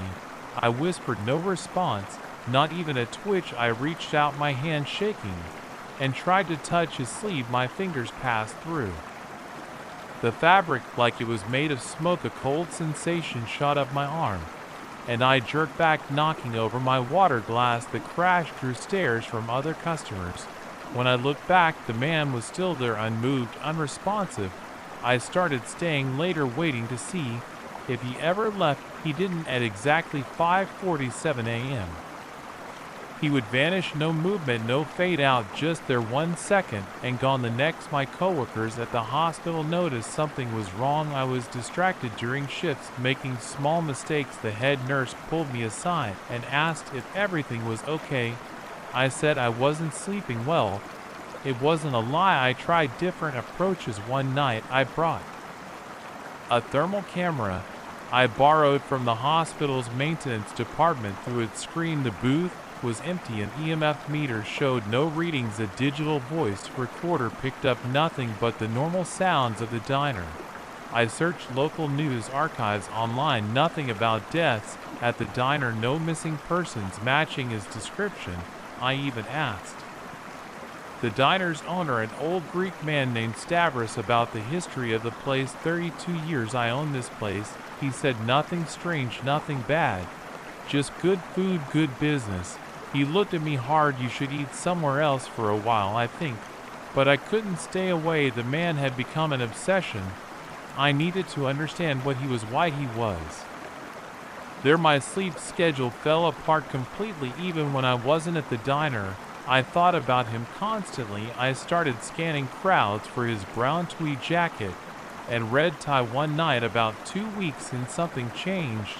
I was in my usual booth pretending to read news on my phone while watching him at exactly 3:33 a.m. His head turned slowly mechanically like a security camera until he faced me directly. His eyes were brown normal looking, but as I stared into them, I felt a pressure building in my head. The diner's fluorescent lights seemed to brighten until they were murmured conversations. The hum of the refrigerator grew louder and louder until they became a deafening roar. I gripped the edge of the table, my knuckles white, the man's mouth open, revealing normal teeth and normal tongue, but the sound that came out wasn't normal at all. It was like static and whispers and screaming all at once. I ran out of the diner, drove home way too fast, spent the rest of the night sitting in my bathroom with the lights on, jumping at every sound. I didn't go back for 3 days, ordered delivery instead, ate at my apartment, but the whole time I felt watched. The darkness in the corners of my bedroom seemed deeper than usual. Every reflection in every window looked wrong somehow. When I finally returned to the diner, he was there, same position, same clothes, same blank stare ahead, like nothing had happened. Mary refused to serve my section anymore. A younger waitress named Tanya took over. She was new and didn't know about the man in the booth, but after a few nights, I noticed her taking longer routes to avoid passing near him. I started talking to the other late-night regulars. Most of them were like me, hospital workers, security guards, taxi drivers, people whose lives happened while the rest of the world slept. None of them would acknowledge the man in the brown jacket, but I noticed how they all chose seats far from the back booth, how their eyes skipped over that section of the diner like it was hidden behind a curtain. Last night, something new happened. I was picking at a slice of apple pie, stealing glances at him like usual when the lights flickered just for a second. In that moment of darkness, I saw him standing right next to my booth. When the lights came back on, he was in his usual spot. But now there was something on my table that hadn't been there before. A small rectangular business card. The paper was yellowed with age in faded type. It showed a name and phone number: Thomas Reeves, insurance adjuster, 555. Number 2. My hand shook as I picked it up. The card felt real solid. I pulled out my phone and dialed the number. Before I could talk myself out of it, a recorded message played. The number you have dialed is not in service and has been disconnected. I flipped the card over. On the back in neat handwriting: booth, October 7th, 15th, 1986, 3:45 a.m. That was yesterday. I've spent all day researching. Thomas Reeves was real. He worked for Midwest Life Insurance from 1975 to 1986, and on October 15th, 1986, he died of a heart attack at Joey's Elite Diner in booth 7. It's 1:45 a.m. Now I'm sitting in my car in the diner's parking lot watching the neon open sign buzz and flicker. My shift ended 20 minutes ago. My stomach is growling. I haven't eaten since lunch. The diner's windows are bright rectangles in the darkness. From here, I can just see the back of pizza. Try to sleep, start looking for somewhere else to eat after my shifts. But I'm going to go, and I need to know why he showed himself to me, why he gave me the card, what he wants. The diner's door chimes. As I push it open, Mary won't meet my eyes. As I walk to my usual booth, my watch shows 2:12 a.m. 1 minute until he appears. I can feel the cold already. I didn't want to go down to that basement. The superintendent had asked me 3 times already to help clear out the old storage room, and I'd made excuses every time. But when he caught me in the lobby yesterday and mentioned he'd start charging a fee for unused storage spaces, I knew I had to deal with it. The basement of my apartment building stank of mold and old paper. My footsteps echoed against the concrete floor as I made my way past the rusted metal storage cages. The fluorescent lights buzzed overhead, flickering every few seconds. Unit B14 was mine. The numbers were barely visible under decades of grime. The padlock was stuck. I had to yank it 3 times before it opened with a sharp crack that bounced off the walls. Inside, cardboard boxes were stacked to the ceiling. Some had collapsed, spilling yellow papers across the floor. The air felt thick and stale. I grabbed the closest box and sneezed. As dust flew up, the cardboard crumbled in my hands. Inside were building records, maintenance logs from the 1980s, old lease agreements, notices about rent increases, useless junk that should have been thrown out years ago. The next box was the same, and the next. I worked my way through the pile, creating 2 stacks, trash and more trash. My back started to ache from bending over. Sweat ran down my neck despite the basement's chill. Then I found the tenant registry. It was a thick leather-bound book, its spine cracked and pages warped from moisture. I sat on an overturned milk crate and opened it more out of boredom than interest. The pages were filled with neat handwriting listing names, apartment numbers, and dates going back to the 1960s. I flipped through, randomly scanning the entries. My eyes stopped on a page from 1974. There in faded blue ink was my name, Daniel Thomas Miller, Unit 4B. My heart jumped. I read it again. Daniel Thomas Miller, my exact name, middle name included. That wasn't possible. I was born in 1985. I'd only moved into this building 2 years ago. But there it was, my full name written 50 years ago, though I checked the rest of the entry. Mudian date March 15, 1975. Length of tenancy 8 months. Reason for departure left without notice. My hands were shaking. I turned the page, looking for more information, but there was nothing else about this other Daniel Miller, just more names and dates. I pulled out my phone and opened the flashlight app, shining it close to the page. The writing was clear, no mistaking those letters. I took a photo, then another. The flash illuminated the darkness beyond my storage unit, casting strange shadows on the basement walls. A pipe creaked somewhere. Phone, it clattered on the concrete. When I picked it up, the screen was cracked. I needed more information. I dug through the remaining boxes with new urgency, ignoring the dust and cobwebs. Most contained similar records, utility bills, repair invoices, complaint forms. In a water-damaged box at the back, I found a stack of Polaroid photos. The first view showed the building's exterior, not much different from today.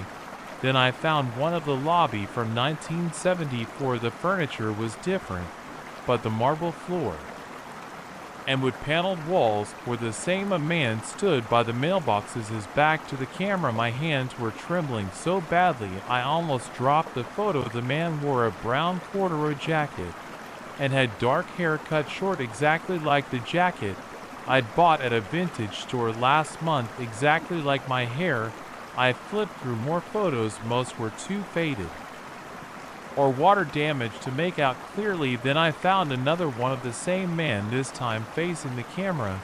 The image was blurry, but I could see his face, my face. I sat there staring at it for a long time. The resemblance was exact, the same nose, same jaw, same slight asymmetry to the eyes, even the small scar above my right eyebrow where I'd fallen off my bike as a kid. This had to be a mistake or a prank. Maybe someone had photoshopped these pictures, planted them here as a joke, but the photos were genuine Polaroids, and that handwriting in the registry was decades old. I checked my phone, 11:30 p.m. I'd been in the basement for hours. The superintendent would be asleep by now. I needed to talk to someone who'd been in the building a long time. Mrs. Chin and 2A had lived here since the 1960s. I'd helped her carry groceries a few times. She was always up late watching Korean dramas.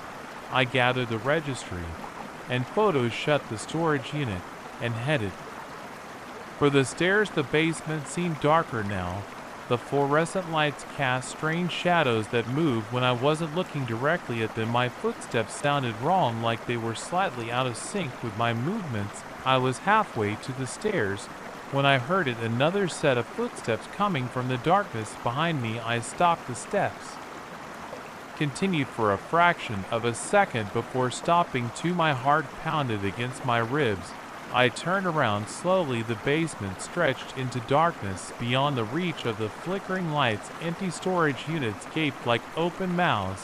Hello, my voice cracked. No response. I walked faster, trying not to run. The footsteps behind me started again, faster.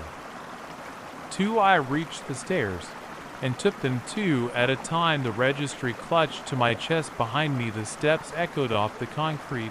I burst into the lobby, gasping. A lamp on the reception desk provided the only light. The footsteps had stopped. I stood there, catching my breath, feeling stupid. Old buildings made noise. Everyone knew that Mrs. Chen's door was dark. A note taped to it said she was visiting family in Taiwan. I cursed under my breath. Back in my apartment, I spread the photos on my kitchen table. They looked different under normal lighting, older, more faded. But the man's face was still unmistakably mine. I opened my laptop and searched the building's address plus Daniel Miller 1974. Nothing relevant came up. I tried variations: D. Miller, DT Miller, Danny Miller.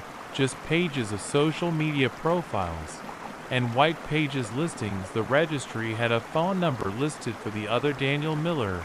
I dialed it, not expecting anything. A recorded message said the number was no longer in service.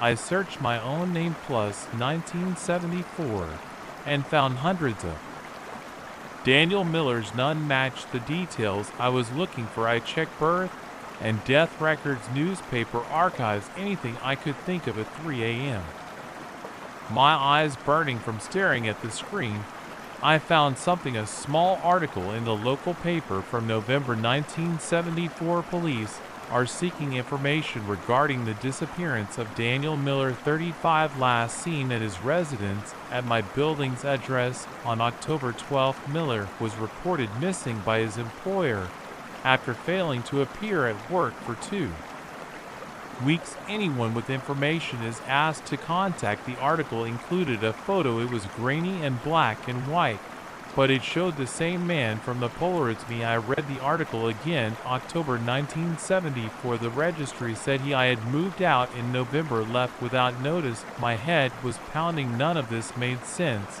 I needed sleep. I'd go through the rest of the storage unit tomorrow, find some explanation that would make this all seem stupid in daylight. I got ready for bed, double checking the locks on my door and windows. As I brushed my teeth, I avoided looking at my reflection in the medicine cabinet mirror. Sleep wouldn't come every time I closed my eyes.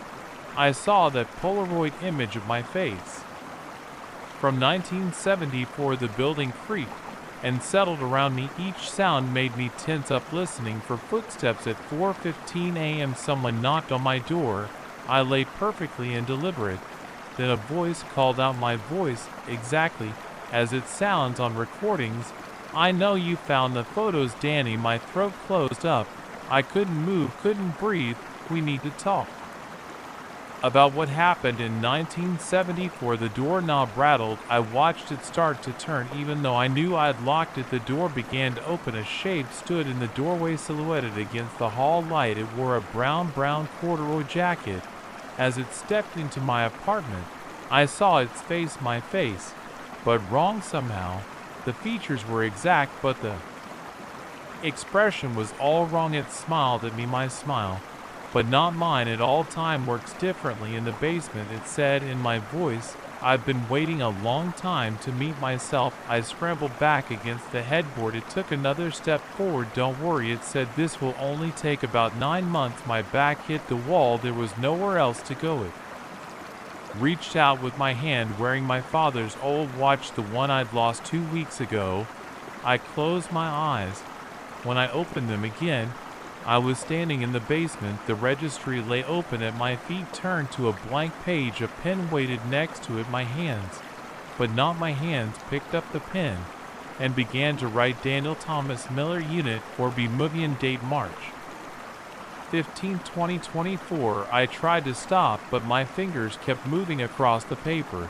The ink was blue, already starting to fade. The basement hummed with the sound of ancient pipes and flickering lights. Somewhere in the darkness, footsteps echoed, coming closer, always closer. And I understood finally. why that other Daniel Miller had left without notice in 1974 just as I would leave without notice in 2024 after exactly 8 months, just as I always had, and always when the footsteps grew louder. I turned to face myself again. I didn't put the key in my pocket. I know I didn't, but there it was on Tuesday morning when I reached into my coat to grab my phone, a heavy brass key about 3 and long with an ornate head and worn teeth. The metal felt cold against my fingers, and a thin layer of grime came off on my skin when I touched it.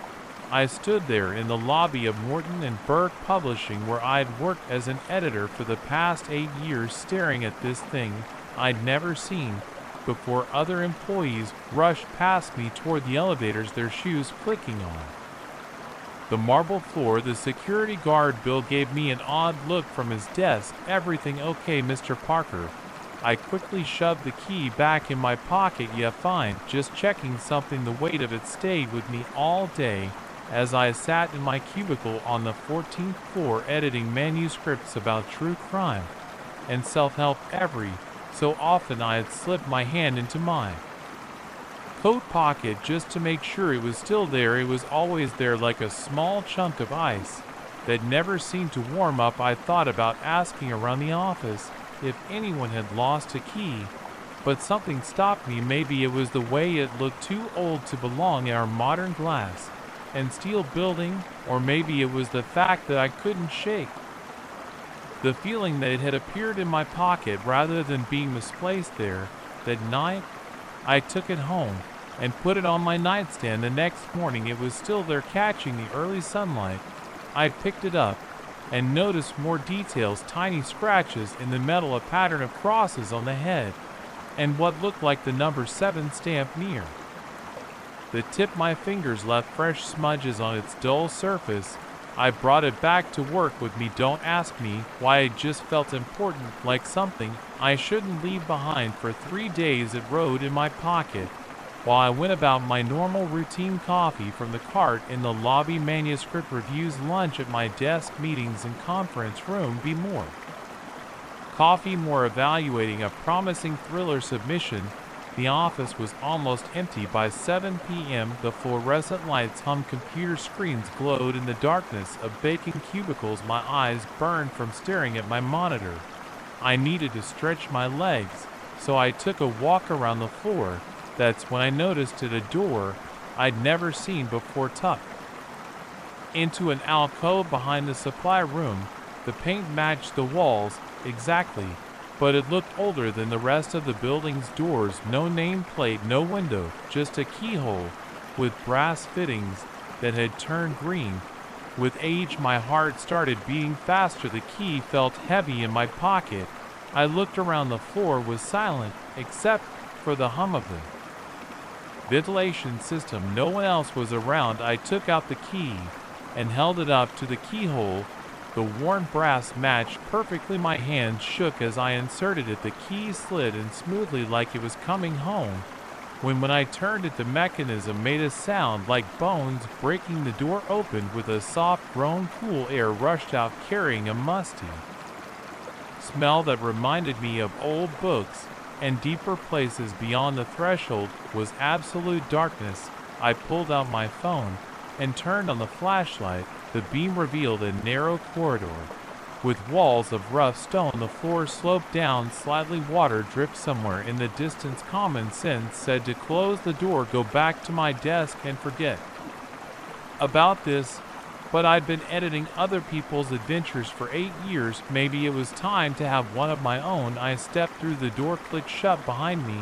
I spun around, hard hammering, but it was still there. The key was still in the lock. I left it there. No way was I risking getting trapped. The corridor stretched ahead, curving slightly to the left. My phone's light created shifting shadows on the walls. The air felt thick and stale, like no one had breathed it in years. My footsteps echoed on the stone floor.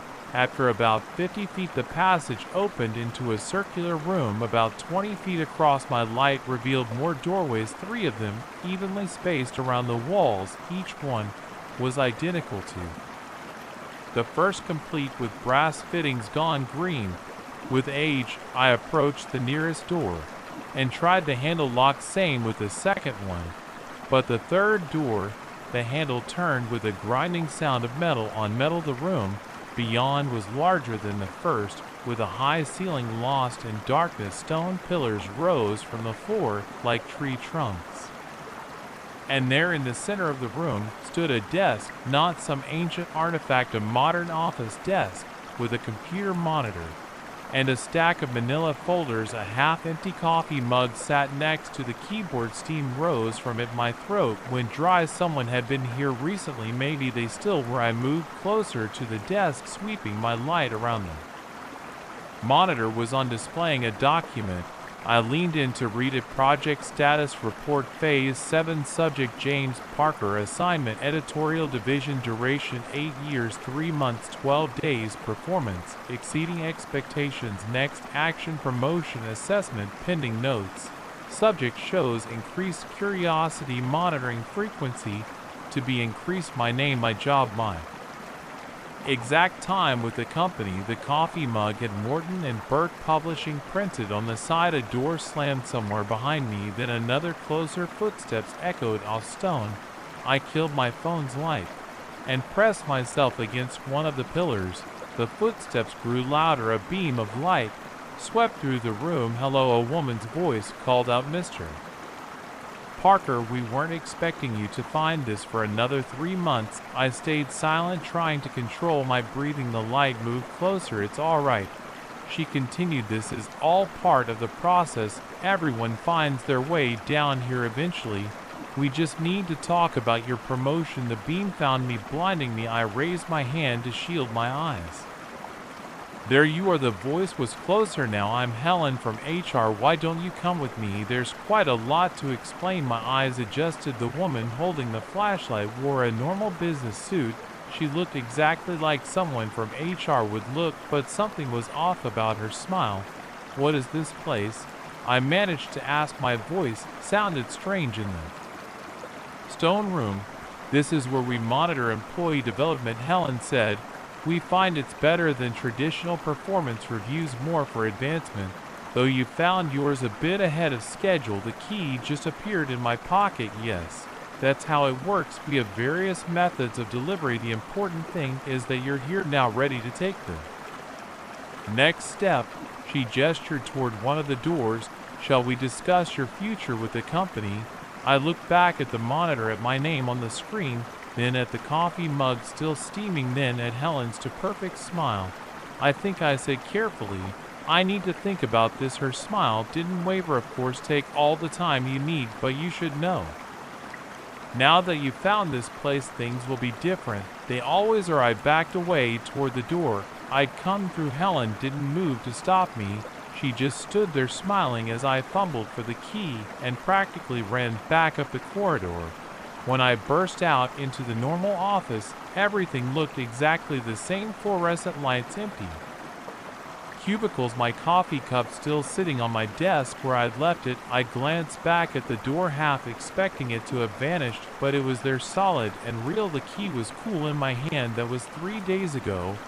I still have the key. I haven't gone back through the door, but I know it's there. Every morning when I arrive at work, I take a different route to my desk to avoid walking past that alcove, but I can feel it waiting. The strangest part is that everything else is normal.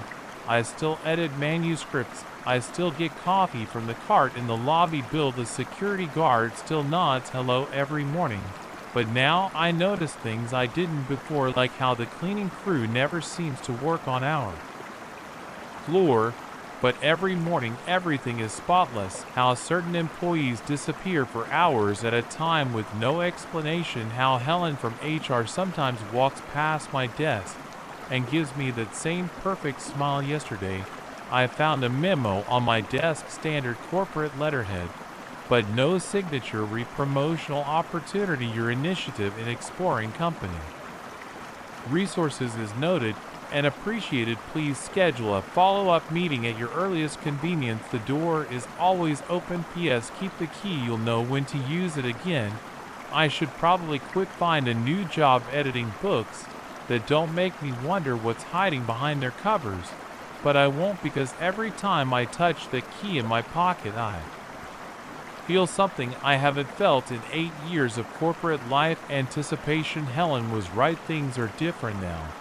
And maybe that's not entirely bad. This morning, I noticed another employee, Sarah from accounting, standing in front of a door I've never seen before, holding a brass key in her shaking hand. Our eyes met. She quickly looked away and hurried off, but I saw the recognition in her face, the same look I see in the mirror every morning now. I wonder how many of us there are, how many doors, how deep the corridors go, but mostly I wonder what's behind those other doors, the locked ones, because the key in my pocket feels heavier every day, and sometimes when I hold it up to the light, I swear the pattern of crosses on its head has changed, like it's trying to tell me something, like maybe it doesn't just open one door anymore. I've started taking walks around different floors of the building during my lunch break, looking for doors that don't quite match the others, watching for brass fittings gone green with age.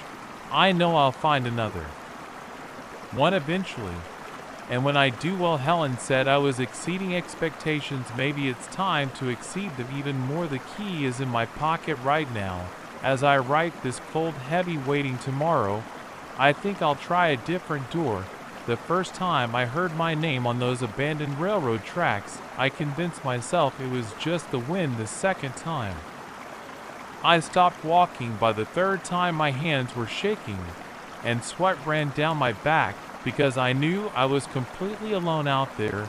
I hadn't planned to walk the tracks. That afternoon my car broke down on Route 16 about 3 miles outside of Millbrook. The piece of junk Ford finally gave up after warning me for months with its clicking and grinding. The temperature gauge shot into the red zone, and steam poured from under the hood. I pulled onto the shoulder, and after 5 minutes of staring at the engine like an idiot, I knew I wouldn't fix it myself. My phone showed no signal, typical for this part of Connecticut. The nearest service station was in Millbrook, and I remembered the old railroad tracks that used to connect to the town. They ran parallel to Route 16, cutting through the woods. Walking along them would be faster than following the winding road. The October air bit through my light jacket. Dead leaves crunched under my boots as I climbed down the embankment from the highway. The tracks lay below, 2 rusty lines stretching into the distance. Weeds grew between the rotting wooden ties. The rails hadn't seen a train in at least 20 years. I checked my watch, 4:47 p.m. If I kept a good pace, I'd reach town before dark. The sun was already low, casting long shadows through the bare trees. My footsteps echoed off the rocks as I walked, the only sound besides the occasional gust of wind. The first hour passed quietly. The tracks curved around hills and through cuts in the rock. My legs started to ache. I wasn't used to walking this far. Sweat dampened my shirt despite the cold air. That's when I heard it, David. The voice came from behind me, quiet but clear, a woman's voice with an odd flatness to it. I turned around, but saw only empty tracks stretching back through the trees. Hello, I called out. My voice sounded too loud in the still air. No response. I shrugged it off and kept walking, probably just my mind playing tricks. I was tired, and the wind could make strange sounds through the trees. 5 minutes later, David, louder this time, still flat and emotionless, still behind me. I spun around again, heart pounding. The tracks were empty. The woods were silent. Is someone there?